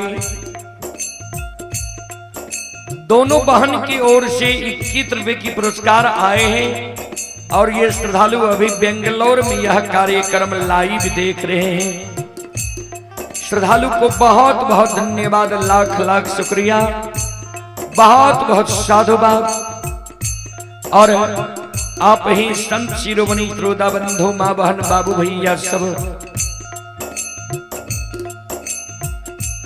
आप ही सुंदर कुमार, सुंदर कुमार की ओर से श्रद्धा के साथ बड़ी उदार दिल से 21 रुपए की पुरस्कार आए हैं। श्रद्धालु को बहुत बहुत धन्यवाद, लाख लाख शुक्रिया। आप हैं राम सुंदर साहू, पिता रामनाथ साहू। श्रद्धालु की ओर से श्रद्धा के साथ बड़ी उदार दिल से 21 रुपए की पुरस्कार आए हैं। श्रद्धालु को बहुत बहुत धन्यवाद, लाख लाख शुक्रिया, बहुत बहुत साधुवाद। जय हो दानी श्रद्धालु की जय हो, उनके समस्त परिवार की जय हो।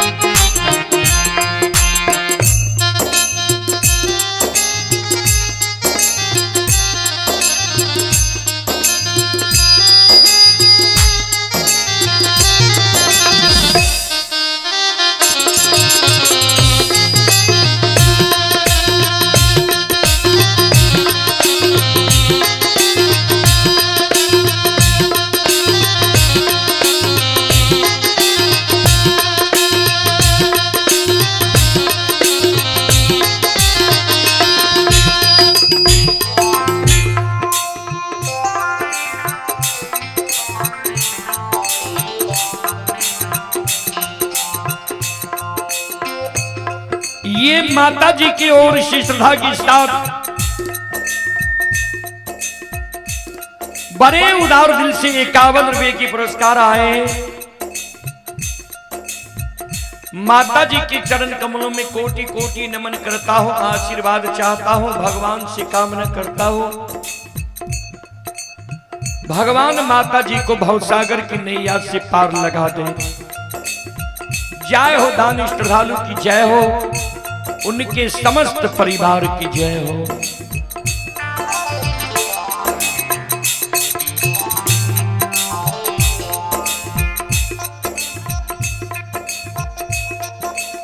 लछन जे कहल के मरतो दम कार भैया के पूजा नहीं छोड़बा।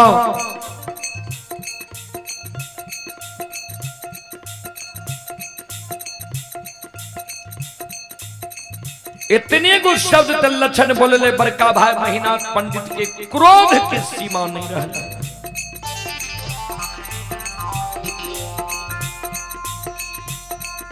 महीनाथ बाबा लपाट के लक्षण के कालर के पकड़ लेल के ऊपर ला गए, धरती पे छोड़ दिल के।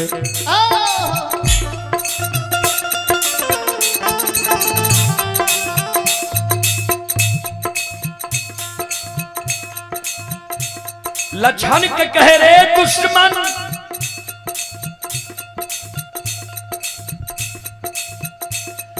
समाज में कोई समाज के हिम्मत नहीं होई छे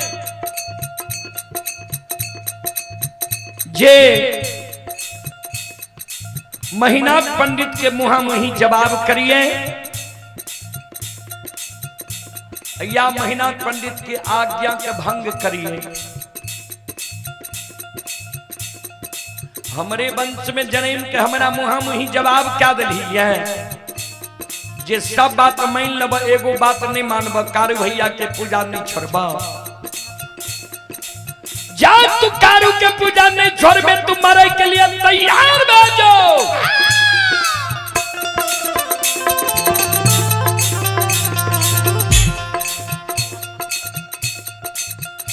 काल 12 बजे दिन में तुरंत 7 गा चंदन के चेला में जला के मार दबो। जे कारू या जे सहयोगी के तोरा पुकार करने हो पुकार क्या लिए देखबो के तोरा कल 12 बजे दिन में 7 गा चंदन के चेला से बचावे लाबै छौ।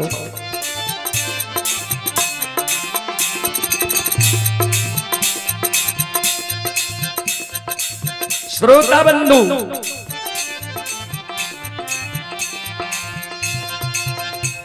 भाई सन ही तनई दुनिया में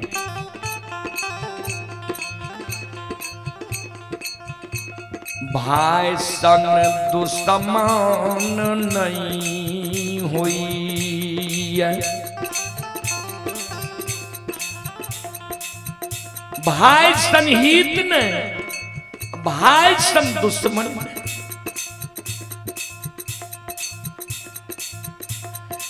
एक सागा सहोदर भाई दोसर भाई के प्राण बचावे के लिए अपन सिर के कटा ले छे। आज सहोदर सागा बड़का भाई के देखियो छोटका भाई के आग में जलावे के षड्यंत्र बना रहले ये।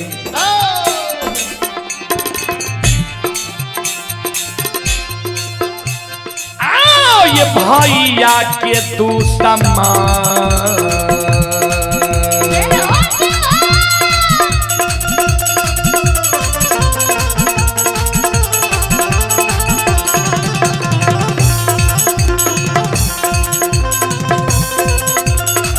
यो सुन भैया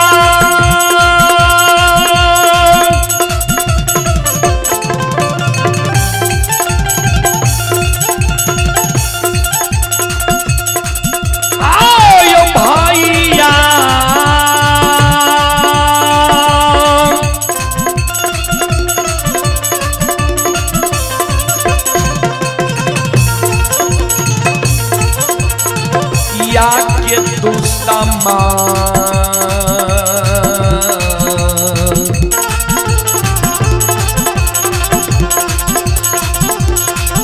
ये यो भैया बनल समाज बाबा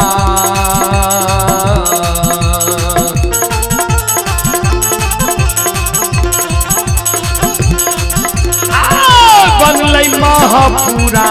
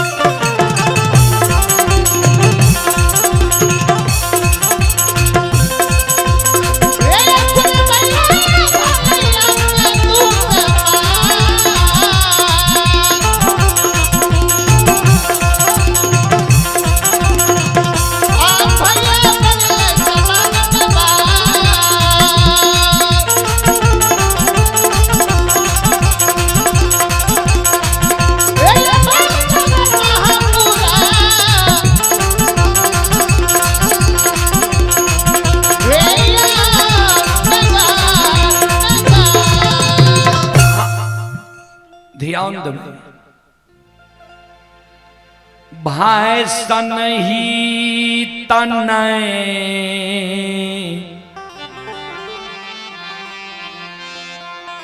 भाई सा आन दुसमान नहीं। एक भाई अपन सहोदर सागा भाई के प्राण के रक्षा के कारण अपन सिर के कटवा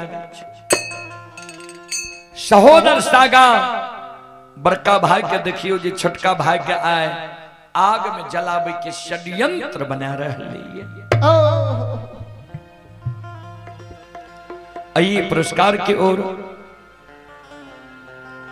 सविंद्र कुमार ग्राम पिपराही थाना लोकही जिला मधुबनी के निवासी ही श्रद्धालु की ओर से 21 रुपए की पुरस्कार आए हैं और आप ही संत शिरोमणि श्रोता बंधु अच्युत आनंद के ओर से श्रद्धा के साथ बड़े उदार दिल से शानदार 51 रुपए की पुरस्कार ऑनलाइन फोन पे के द्वारा आए हैं। भगवान श्रद्धालु के मनोकामना को पूर्ण करे मां सरस्वती परिवार में बाल बच्चे को सद्बुद्धि सद्ज्ञान दे। बाबा भोले भंडारी भंडार को भरे रखे। आप हैं कन्हैया जी घोघन पट्टी के निवासी हैं। कन्हैया जी घोघन पट्टी की ओर से श्रद्धा के साथ बड़ी उदार दिल से 51 रुपए की पुरस्कार आए हैं। श्रद्धालु को बहुत बहुत धन्यवाद, बहुत बहुत साधुवाद। और आप ही पुष्कर ये पकड़िया की ओर से शानदार 51 रुपए की पुरस्कार आए हैं। श्रद्धालु को बहुत बहुत धन्यवाद, लाख लाख शुक्रिया, बहुत बहुत साधुवाद। जय हो दानी श्रद्धालु की जय हो, उनके समस्त परिवार की जय हो। जय हो। चलो हम आग्रह करबे रंगीन मंडली से आग्रह करबे यहाँ के समय 12 बजे से रहे। अपने साजबाज के साथ आवे के प्रयास करियो, समय कम बच लिये। ए कारण यहाँ अपन प्रस्तुति भी श्रोता बंधु के दियो। हे यौ सकले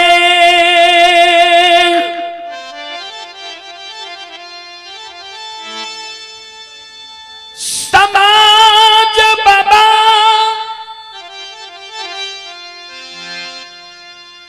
ये भगति सुनई बाली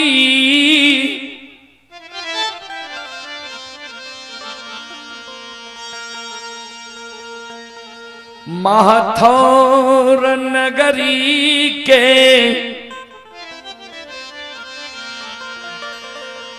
देवी तुल्य माता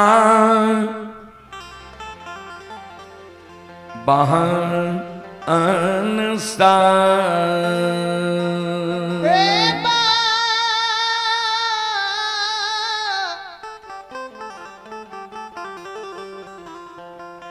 बबू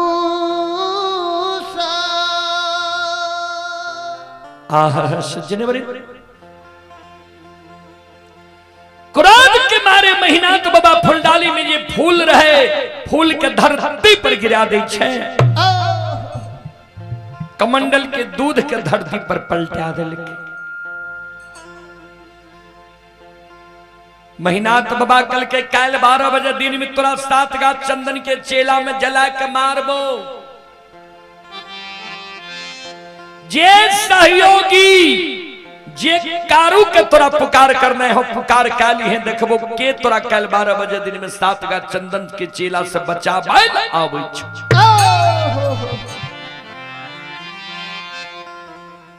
क्रोध के मारे महीनाथ बाबा ओई जगह से महापुरा डीह पर चल जाय छै। महापुरा डीह पर मंगरू पंगरू नाम के दू भाई बढ़ई रहे, जेकरा कमार और सुतिहार कहे छिए। महीनाथ बाबा द्वार पर से आवाज लगावे, रे मंगरू रे पंगरू, घर छे आंगन छे, घर आंगन से बाहर हो, द्वार पर आ। मंगरू पंगरू दोनों भाई द्वार पर आवे छे। महीनाथ बाबा के चरण में प्रणाम करे। महीनाथ बाबा के कहे बाबा कोनो जे जरूरी रहे यहाँ अपना द्वार पर हमरा बोलवा लेती है, यहाँ अपने से बाबा हमारा द्वार पर किया लिए कौन अति आवश्यक जरूरी है। महीनाथ बाबा कहलखिन हाँ अति आवश्यक जरूरी है। सुन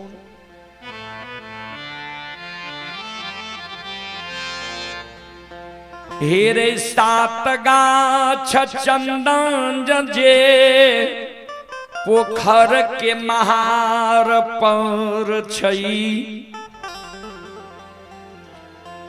सातों गाछ चंदन के काट के चेला चीर के अघनुआ लार के ढेरी के तरह कल 12 बजे दिन तक में सरहा घाट पर चंदन के चेला के ढेर लगा।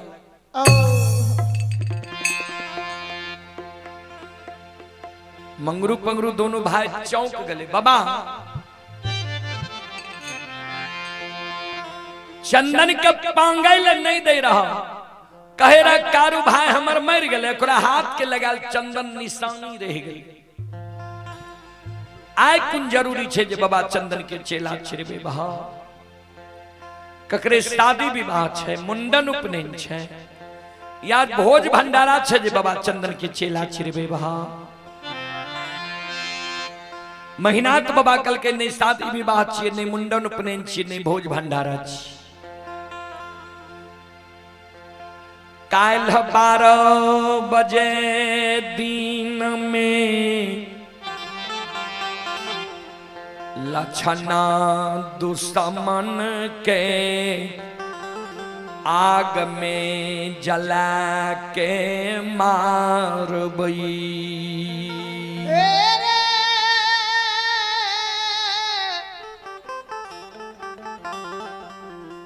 मंगरू पंगरू रे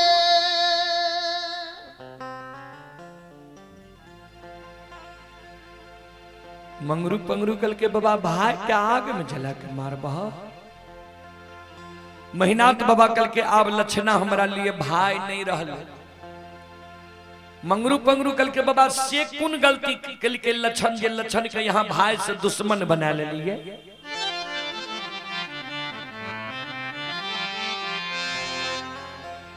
महीनाथ बाबा कल के लक्षणा कारू के पूजा करे छे, नाम जपे छे, जहां बैसे छे कारुए के चर्चा करे छे। हम कलिए कारू के पूजा करना छोड़ दे, हमरा मुहा मुही आए कह दिल के सब बात मान लेबा, एगो बात नहीं मानबा, कारू भैया के पूजा नहीं छोड़बा। जब कारू के पूजा दुश्मन छोड़बे नहीं करते थे, दुनिया में जिंदा रहे के की करते। मंगरू रहे बोर, पंगरू रहे छोट। छोटका भाई कल के बड़का भाई के भैया हो, राजा हो या रंग अमीर हो या गरीब मानव के उचित बात मुहा मुही कह दे के चाही कि नहीं। बड़का भाई कल के मानव के प्रत्येक श्वास से उचित बात बोले की चाही। छोटका भाई कल के आए महीनाथ बाबा के उचित बात कह देवे, अच्छा लगे या बुरा। कल के बाबा एगो बात कही, महीनाथ बाबा कल के बोलने, पंगरू कल के बाबा सुना।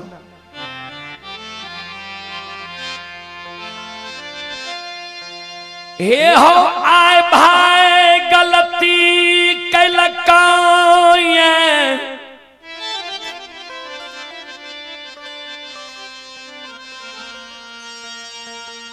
भाई के तू आग में जला के मारे के लिए तैयार छो।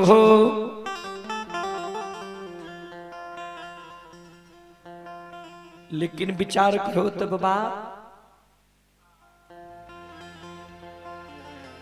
जय बेटा के जान से जन्म दिल है, वही बेटा के पढ़ा लिखा के विद्वान बने, वो बेटा के पालन पोषण क्या के जवान करवा। जवान मोनमती में जब तू अपना जान के जन्मल बेटा का कोनो आदेश दबा, तोहर जान के जन्मल बेटा जब तोरा आदेश के नहीं माना,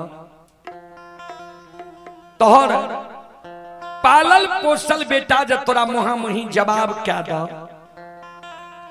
तोहर पढ़ाल लिखाल बेटा जब तोरा आज्ञा का भंग क्या दा, बेटा का बाबा तू आग में जला के मार सके छो।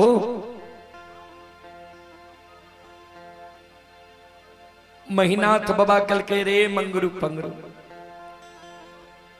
बेटा का कहीं लोग आग में जला कर मार लकैया।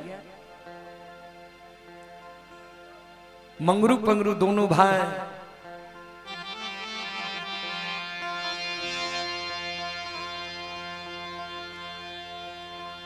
कर्ज लेके महीना था बाबा, हे हो बेटा के आग में जला के, बेटा जो गलती करतो तो बेटा के आग में जला करने मारबो। भाई जो आय गलती कैल भाई के तू आग में जला के मारे ले तैयार छो, जबकि बेटा मानव के बार बार मिल सके। बेटा मर जाए, पत्नी मर जाए, दोसरो शादी मानव करे छे, उहो से बेटा जन्म ले छे तो जान के जन्मल बेटा कहलावे छे। बाबा तू ते अपने पढ़ल लिखल विद्वान छो। गोस्वामी तुलसीदास जी महाराज रामचरितमानस में की लिखलखिन है, ध्यान से सुनबे।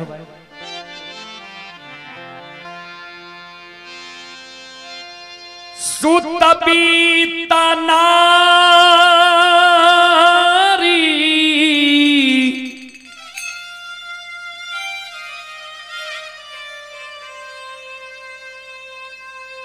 भवन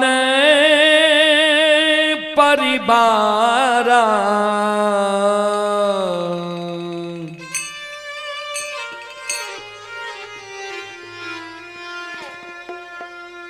हो ही जाई जग बारंबारा।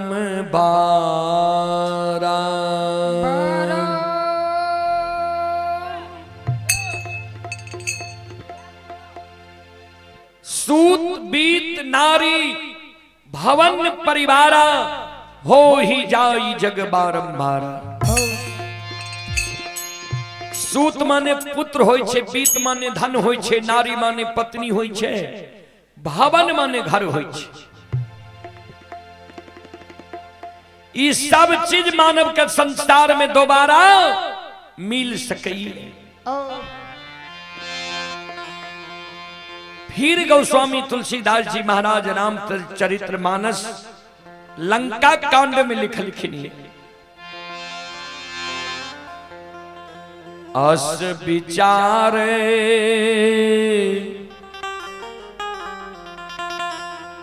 उठहु मोर ताता,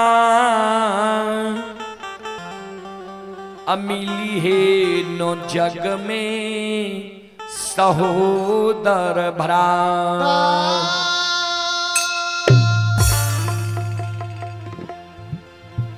अस विचार उठहु मोर ताता, मिली है न जग में सहोदर भराता। भराता के अर्थ भाई हो। पंगरू का महीनाथ बाबा के बाबा,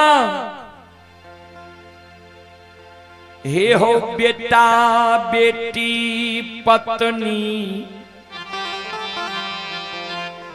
धन संपत्ति हित प्रेमी दोस्त महिम यार कौर कुटुंब, दुनिया में बार बार तोरा मिल जेता, लेकिन जे सहोदर भाई के आए तू आग में जला के मारे ले जा रहल हो, वही सहोदर भाई के जब तू आग में जला के मार दबो। ए हो महीनाथ बाबा,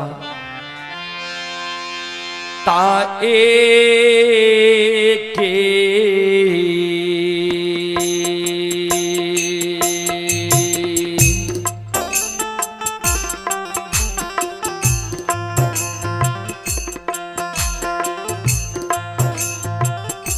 ओ महीनाथ बाबा,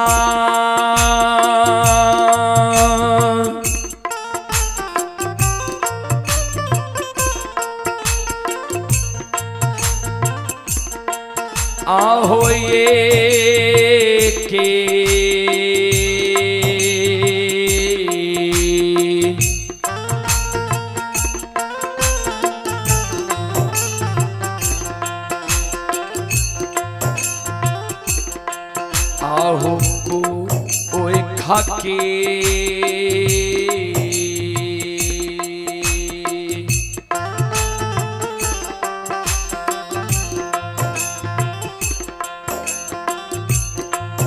आय जानमल सहोदरा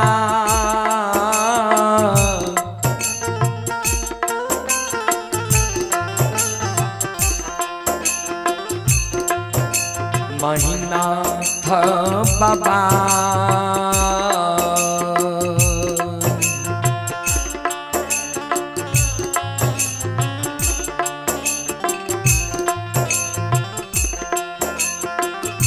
नहीं मिलता दुनिया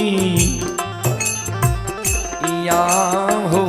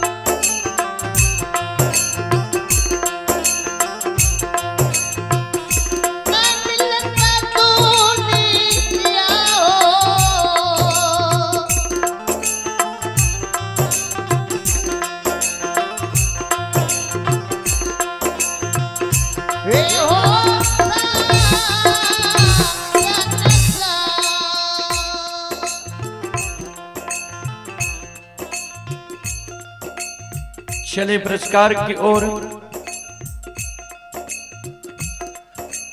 बाल कृष्ण कुमार वो मिथिलेश कुमार श्रद्धालु अभी लुधियाना में यह कार्यक्रम लाइव देख रहे हैं। श्रद्धालु की ओर से 21 रुपए की पुरस्कार आए हैं। भगवान श्रद्धालु के मनोकामना को पूर्ण करे मां सरस्वती। परिवार में बाल बच्चे को सद्बुद्धि सद्ज्ञान दे बाबा भोले भंडारी भंडार को भरे रखे। जय हो दानी श्रद्धालु की जय हो, उनके समस्त परिवार की जय हो।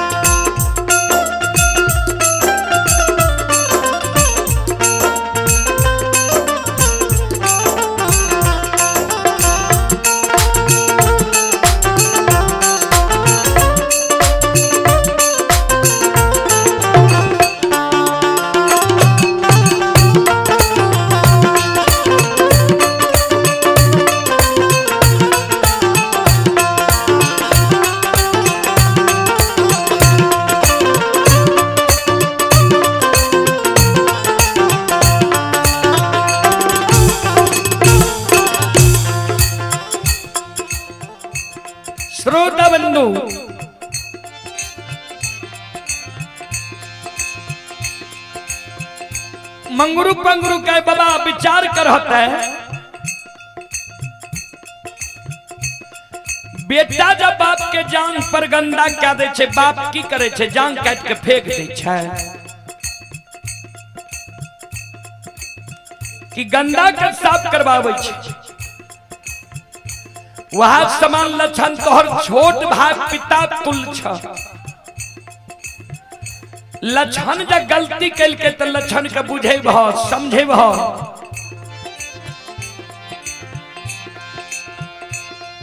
कि आगे में जला के मार दबा मेहनत बाबा। याद से बड़ भाई के धर्म, याद से बुजुर्ग लोग के कार्य। ए मैनाथ बाबा हमारा बात के बाबा तुम मानो। आओ ये लक्षण के नैया में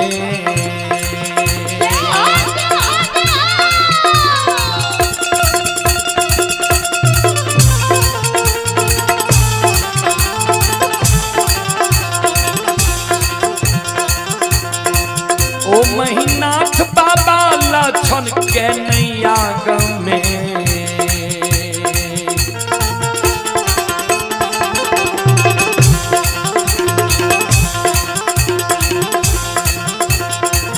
चलियो ये महीनाथ बाबा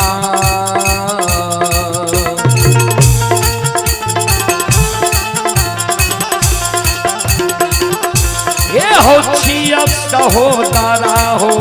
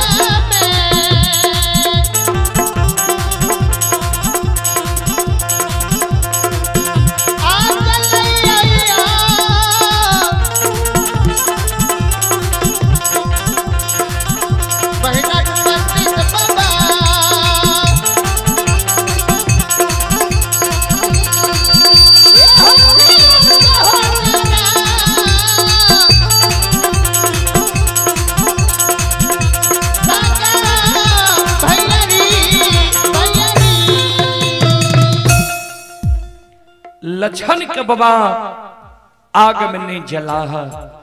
लक्षण तोहर सहोदर सागा भाई छी।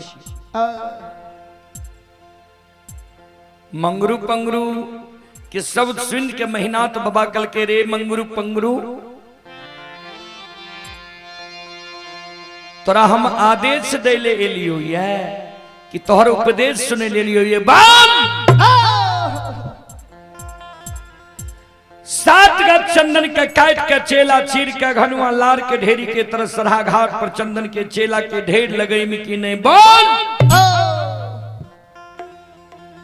मंगरू पंगरू दोनों भाई कर जोड़ लेल के बाबा अपने के जमीन में बसल छी, अपने के अदब शासन में हम जरूर रह, लेकिन हमर जे धर्म छे यहाँ के कह दिलो बात मानू या नहीं मानू भाई तो यही के छिया।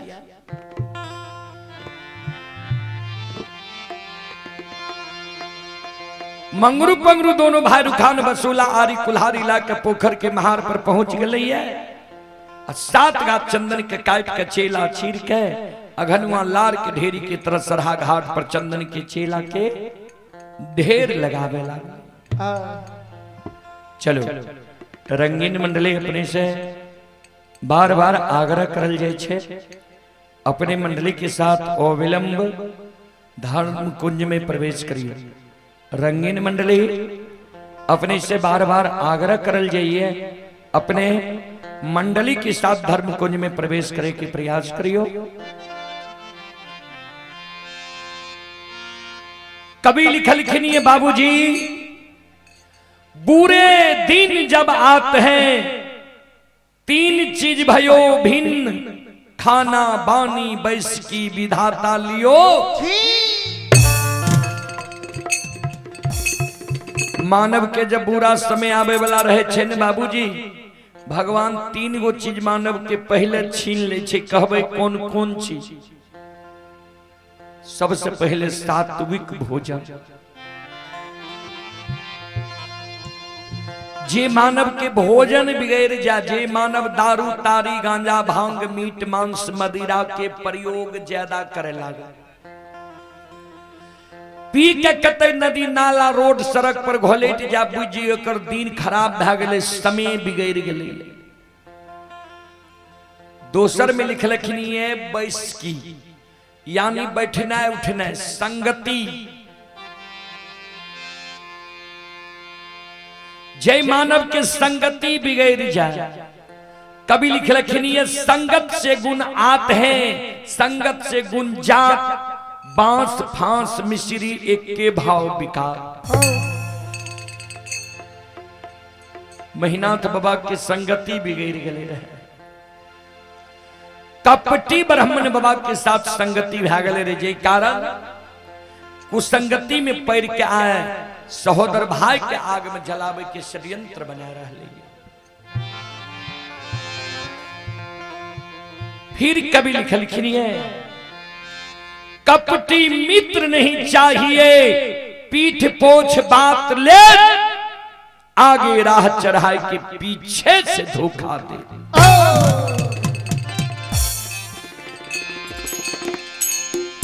सबसे खतरनाक हो छे बाबूजी कपटी मित्र, कपटी दोस्त, कपटी हितैषी। कपटी हितैषी के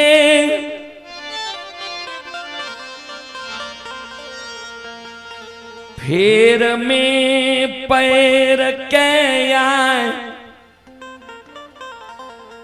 महीनाथ बाबा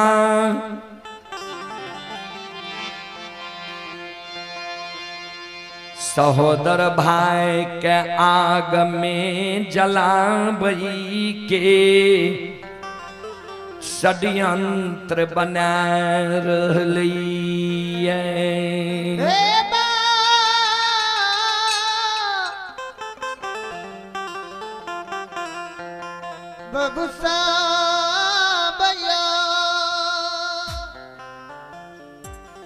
संत शिरोमणि श्रोता बंधु, मां बहन, बाबू भैया सब ध्यान से सुनबे। मंगरू पंगरू दोनों भाई 7 का चंदन का कटवा के चेला चिरा का घनुआ लार के ढेरी की तरह सरहा घाट पर चंदन के चेला के ढेर लगा दिल। श्रोता बंधु, दोपहर में प्रतिदिन लक्षण जाए रहे, वह सरहा घाट पर गाय के पानी पिलावे आए। जे लक्षण पहुंचले सरहा घाट पर गाय के पानी पिलावे, लक्षण के नजर पड़ गए 7 का चंदन के चेला।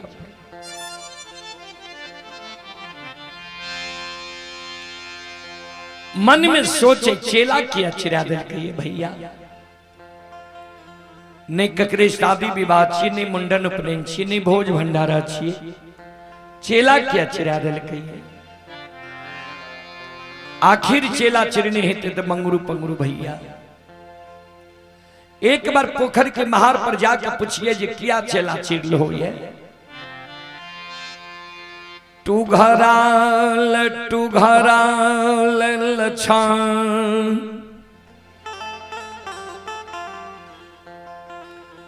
पोखर की महार पर पहुँच गइया।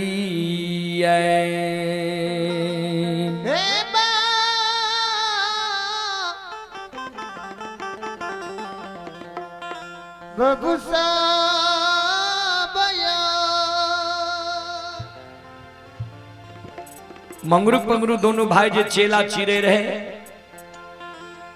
लछन मंगरू पंगरू दोनों भाई के बगल में बैठ के कहे, ओ मंगरू भैया किया चेला चिरे छो के कहल का चेला चिरे ले कौन जरूरी छे ए चेला के। मंगरू पंगरू दोनों भाई लक्षण के बगल में बैठा ले समझावा सोन हेरे जहाँ और सूर्य भगवान उगई छई वहाँ और मानव प्रणाम करई।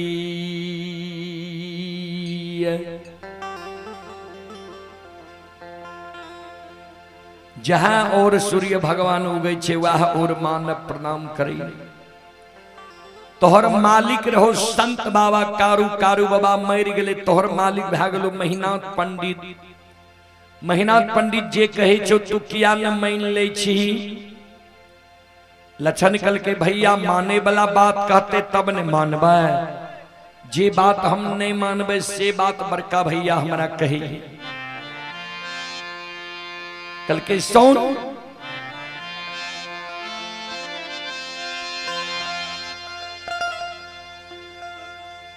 मंगरू पंगरू दोनों भाई लक्षण के गोद में लाकर लक्षण की सूरत निहारे कैन कैन के लक्षण के कहे लक्षण सुन।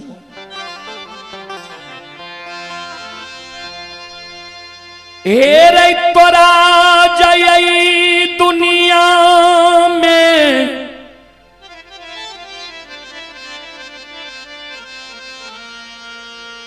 जिंदा रहना छो ये महापुराण नगरी के।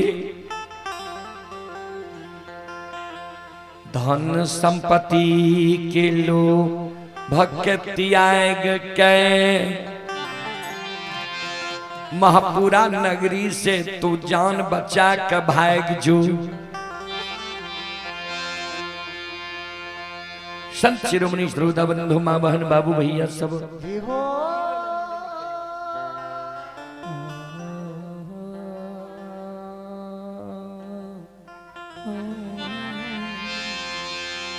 जान बचा के भाग जो। लक्षण कल के तोरा पूछे चेला किया चिरे छो तो हमरा कह छो जान बचा के भाग जाए। किया जान बचा के भाग जो।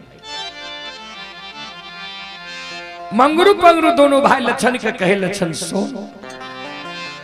से लक्षण हे रे तोरे ले रे भई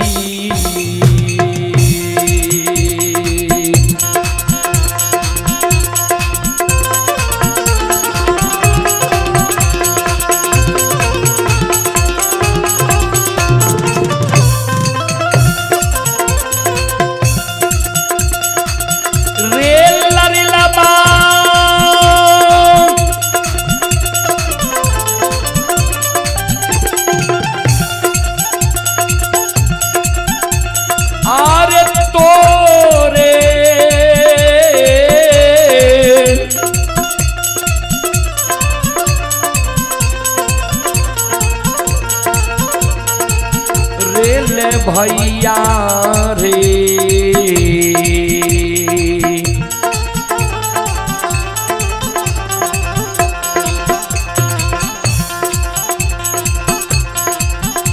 हेरे चेला चिरेल को लक्षण बबुआ।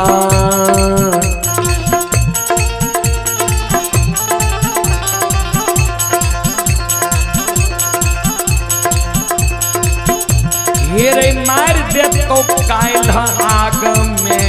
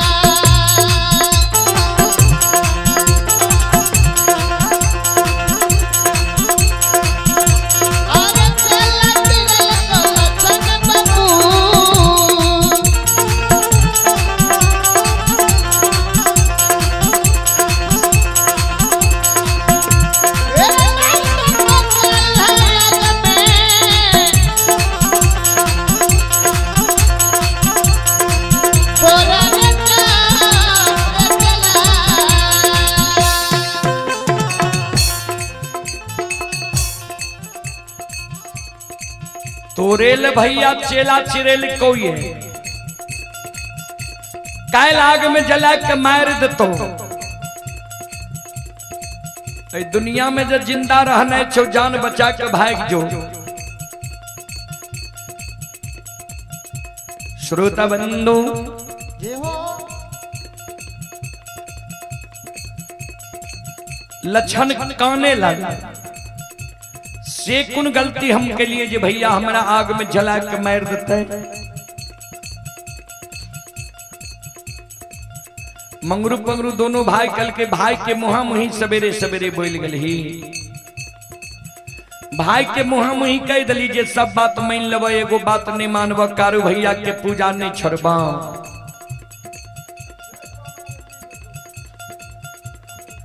ध्यान देवे श्रोता बंधु लक्षण काने हम की जाने के लिए जी भैया के वो एक बात से एक बड़ा क्रोध है विजित है। किया ना हमारा भैया के बुझा दल समझा दल जे भाई के कहीं भाई आग में जला के मार लकैया।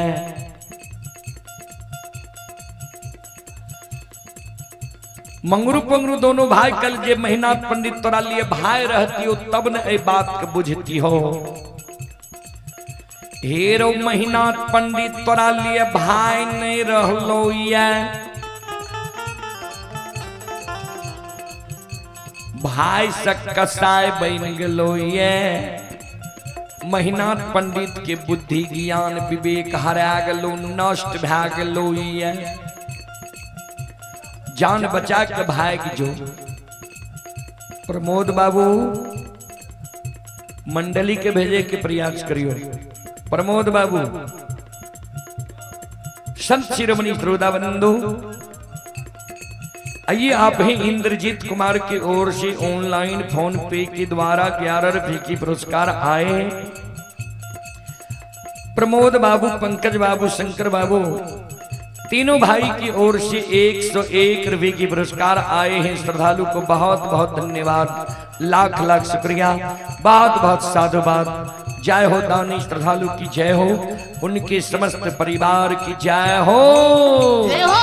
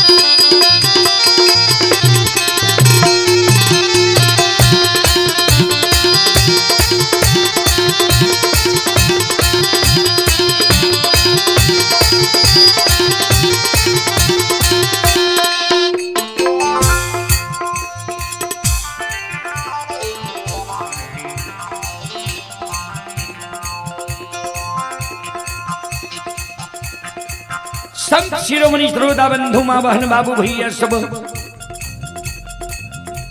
वही जगह लक्षण मन में सोचे।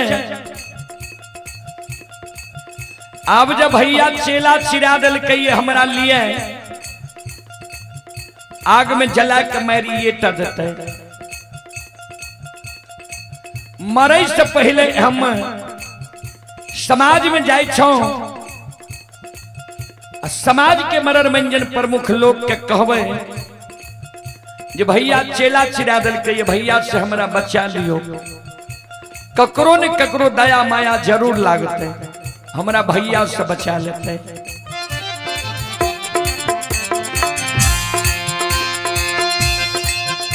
आओ ये कान ले ये कान ले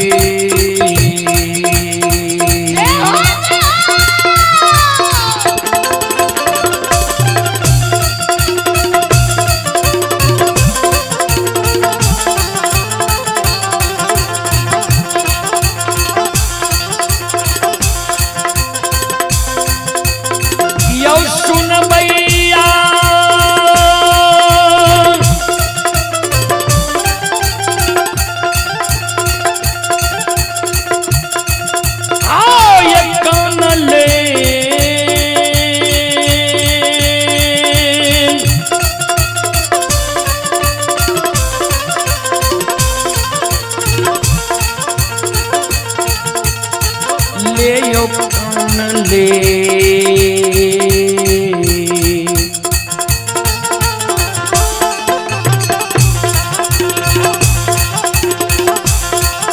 ये हो लक्षण हो दुलरुआ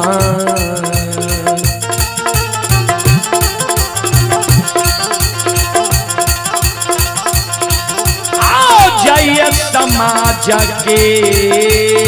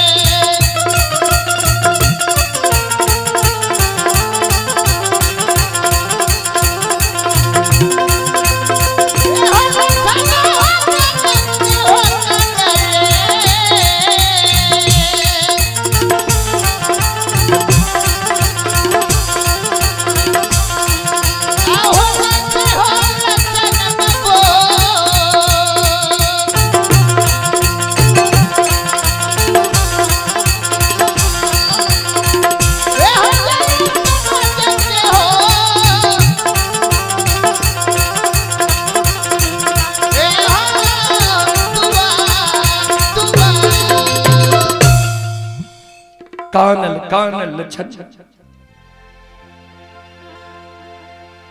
समाज के द्वार छे अंगना ये अंगना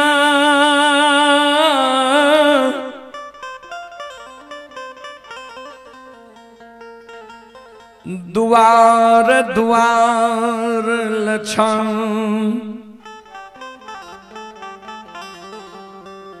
समाज के कही समाज बबायो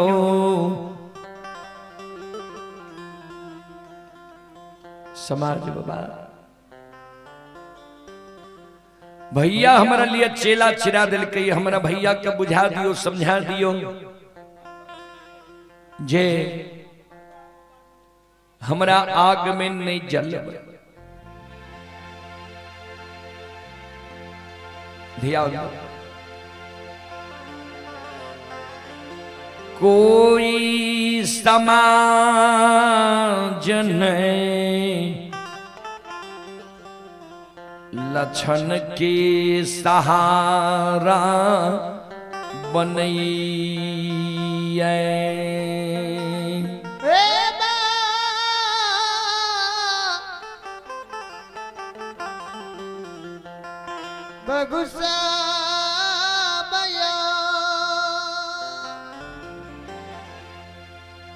कोई समाज नहीं लक्षण के सहारा बने छे कोई नहीं लक्षण के बोल भरोसे दे छे जे तोरा हम भाई से बचा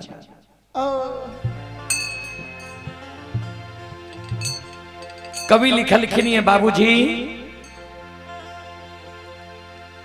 सबे सहायक सबल के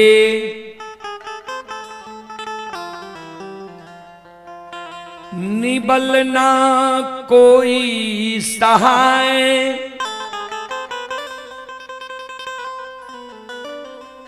पवन जगावत आग को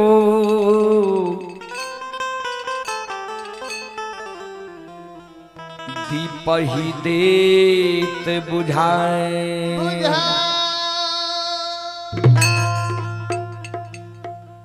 सबे सहायक सबल के निबल न कोई सहाय समाज में सब सहायता करे छे बाबूजी मुहगरे लोग के गरीब के सहायता करे वाला कियो ने उदाहरण दिलखिन है आग छे सबल एक घर में आग लग जाए हवा चले लगते एक घर से आग के हवा 50 घर में पहुंचा देते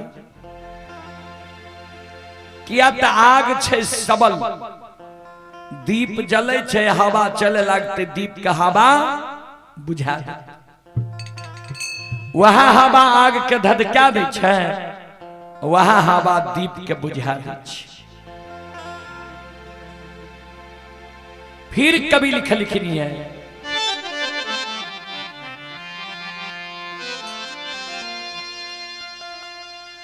कबीरा बात गरीब की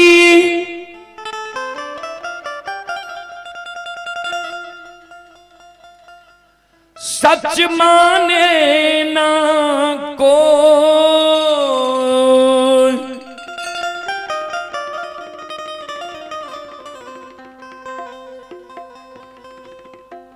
धन्यवान की झूठ में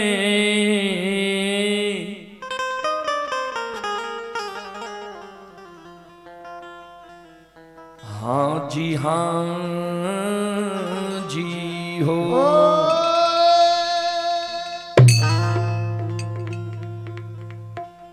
कबीरा बात गरीब की सच माने ना को, धनवान की झूठ में हाँ जी हो।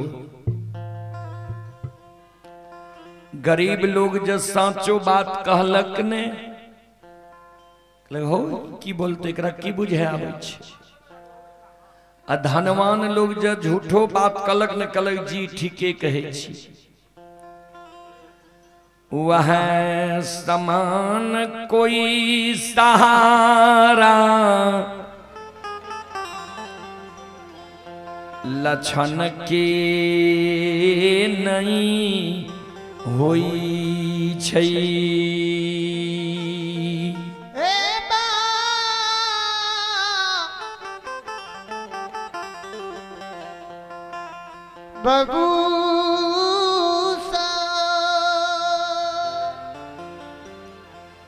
कोई जल लक्षण के सहारा नहीं होय छे, अंत में लक्षण मन में सोचे।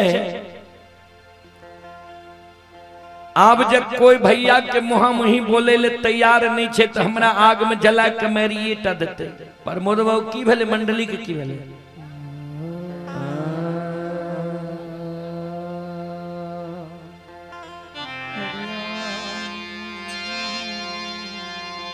कोई सहारा नहीं होय छे, अंत में लक्षण मन में सोचल के काल हमरा आग में जला के मारिए टा देते। मरे से पहले एक बार आंगन जाय छी, आंगन में माय मायामती के चरण में प्रणाम क्या लेवे। अब माय के कह देवे जे माय गे छोटका बेटा से तू धीरज बांधी।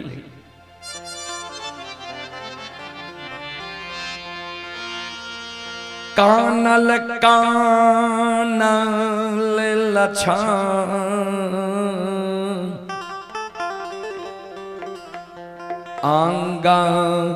आंगन जाय छै।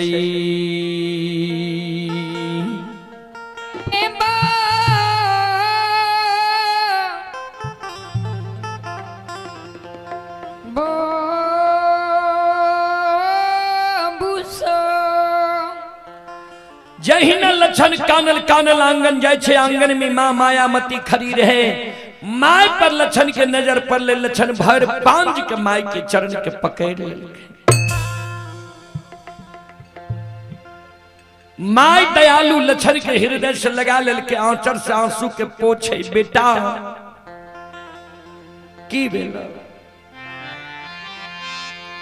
किया आंसू गिरे छ, किया कानल हमरा लगेल हो ये के की कहे दिल लक्षण काने। मांगे काल 12 बजे दिन में ऐ दुनिया से विदा भै जइबू।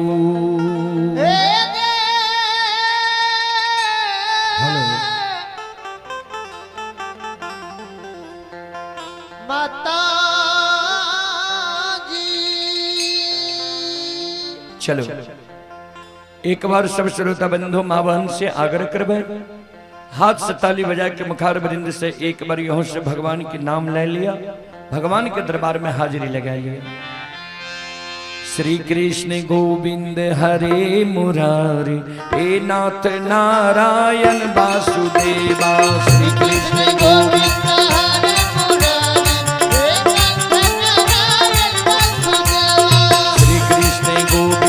हरे मुरारी, हे नाथ नारायण वासुदेवा।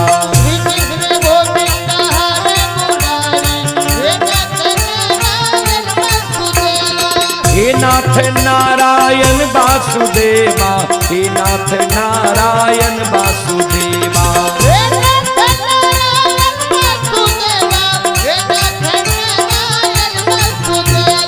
हे नाथ नारायण वासुदेवा, हे नाथ नारायण वासुदेवा।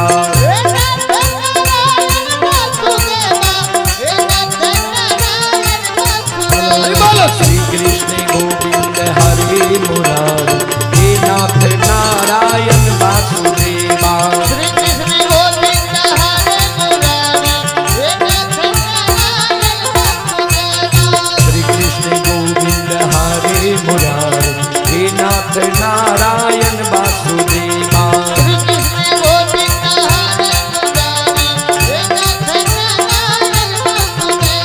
हे नाथ नारायण वासुदेवा। हे नाथ नारायण वासुदेवा, हे नाथ नारायण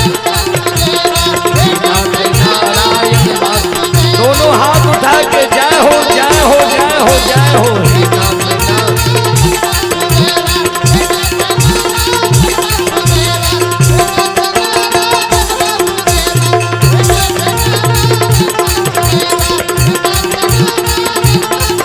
बोलो बोलो सच्चे दरबार की, भक्त और भगवान की, महारुद्र बजरंग बली की, उमापति महादेव की, बाबा डिहबार की, माँ गहील गोसाउन की, संत बाबा कारुखिधरी की।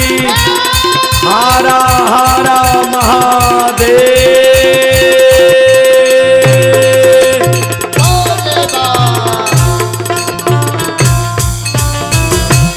चलेगा।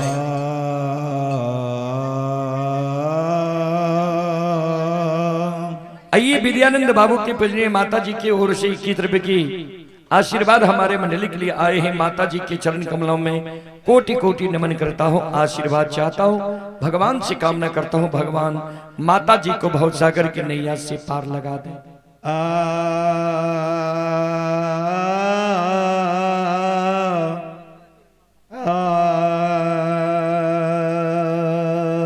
चलो माता जी के एगो तनी गो फरमाइश से गहील माता के झूमर तनी गो कहियो, इतने देर से कहती है न। चलो आके यो तोराया है गहीला माँ,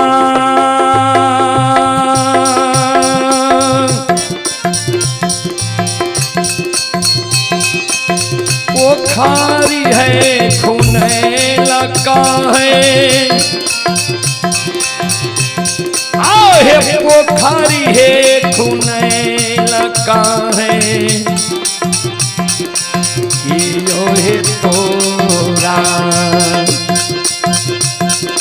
माता है मोरेला का चारूपा, चाहे के यो है तोरा।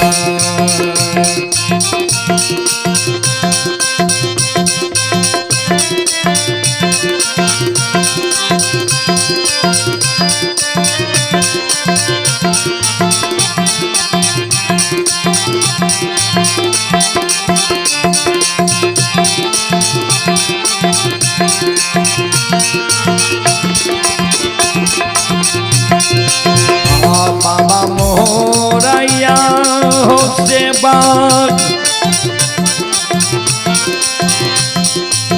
ओ खारी हो खुने लकई हो, ओ खारी हो खुने लकई हो, भैया हो मोरा सेवक मोरे लगे चारो पाता हो भैया मोरा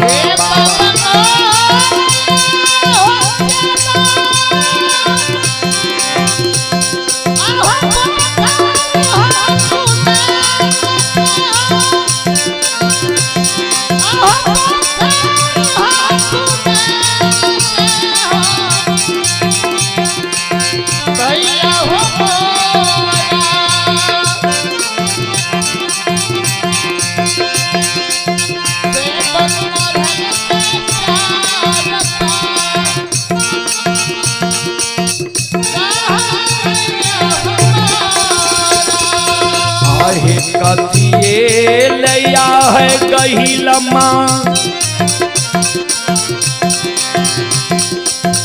बाबा पोखरी खुने लगा है आओ हे बाबा पोखरी खुने लगा है कथिए लाए मैया है मोरे लगा जहाँ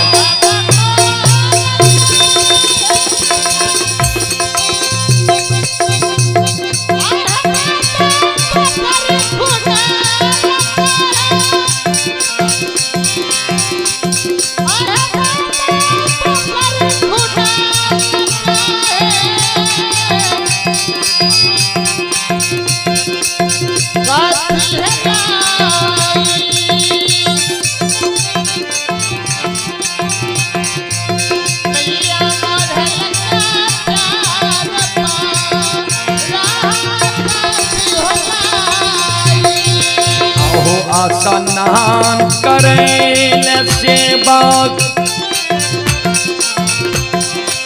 पोखरी बाबा खुने लगई हो पोखरी बाबा खुने लगई हो झूमर खेले सेवा का मोरे लगे चार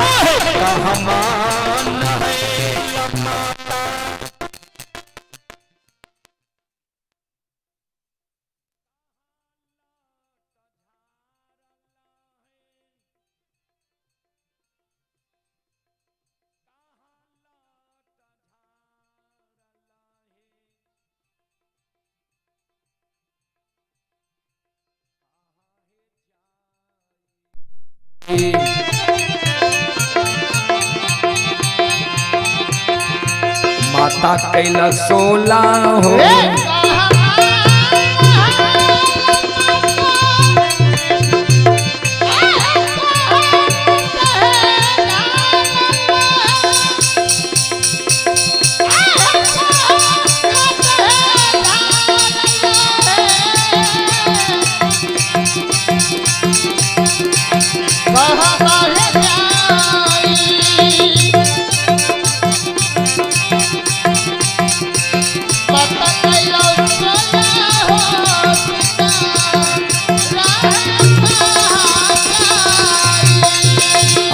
पोखरी नहैलो सेवक पाताल झारलो हो पाताल झारलो हो गहबर जा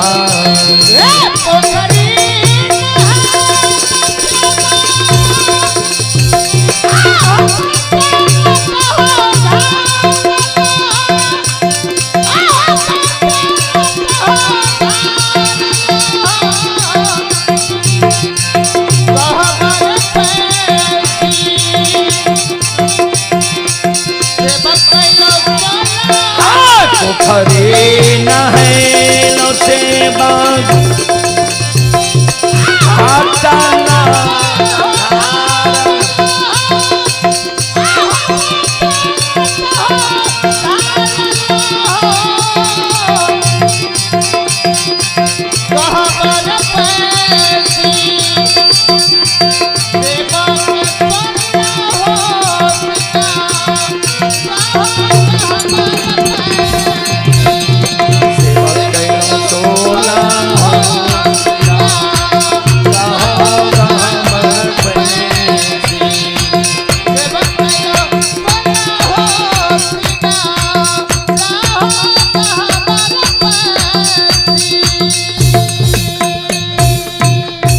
बोल बोल माता गहील गुसान की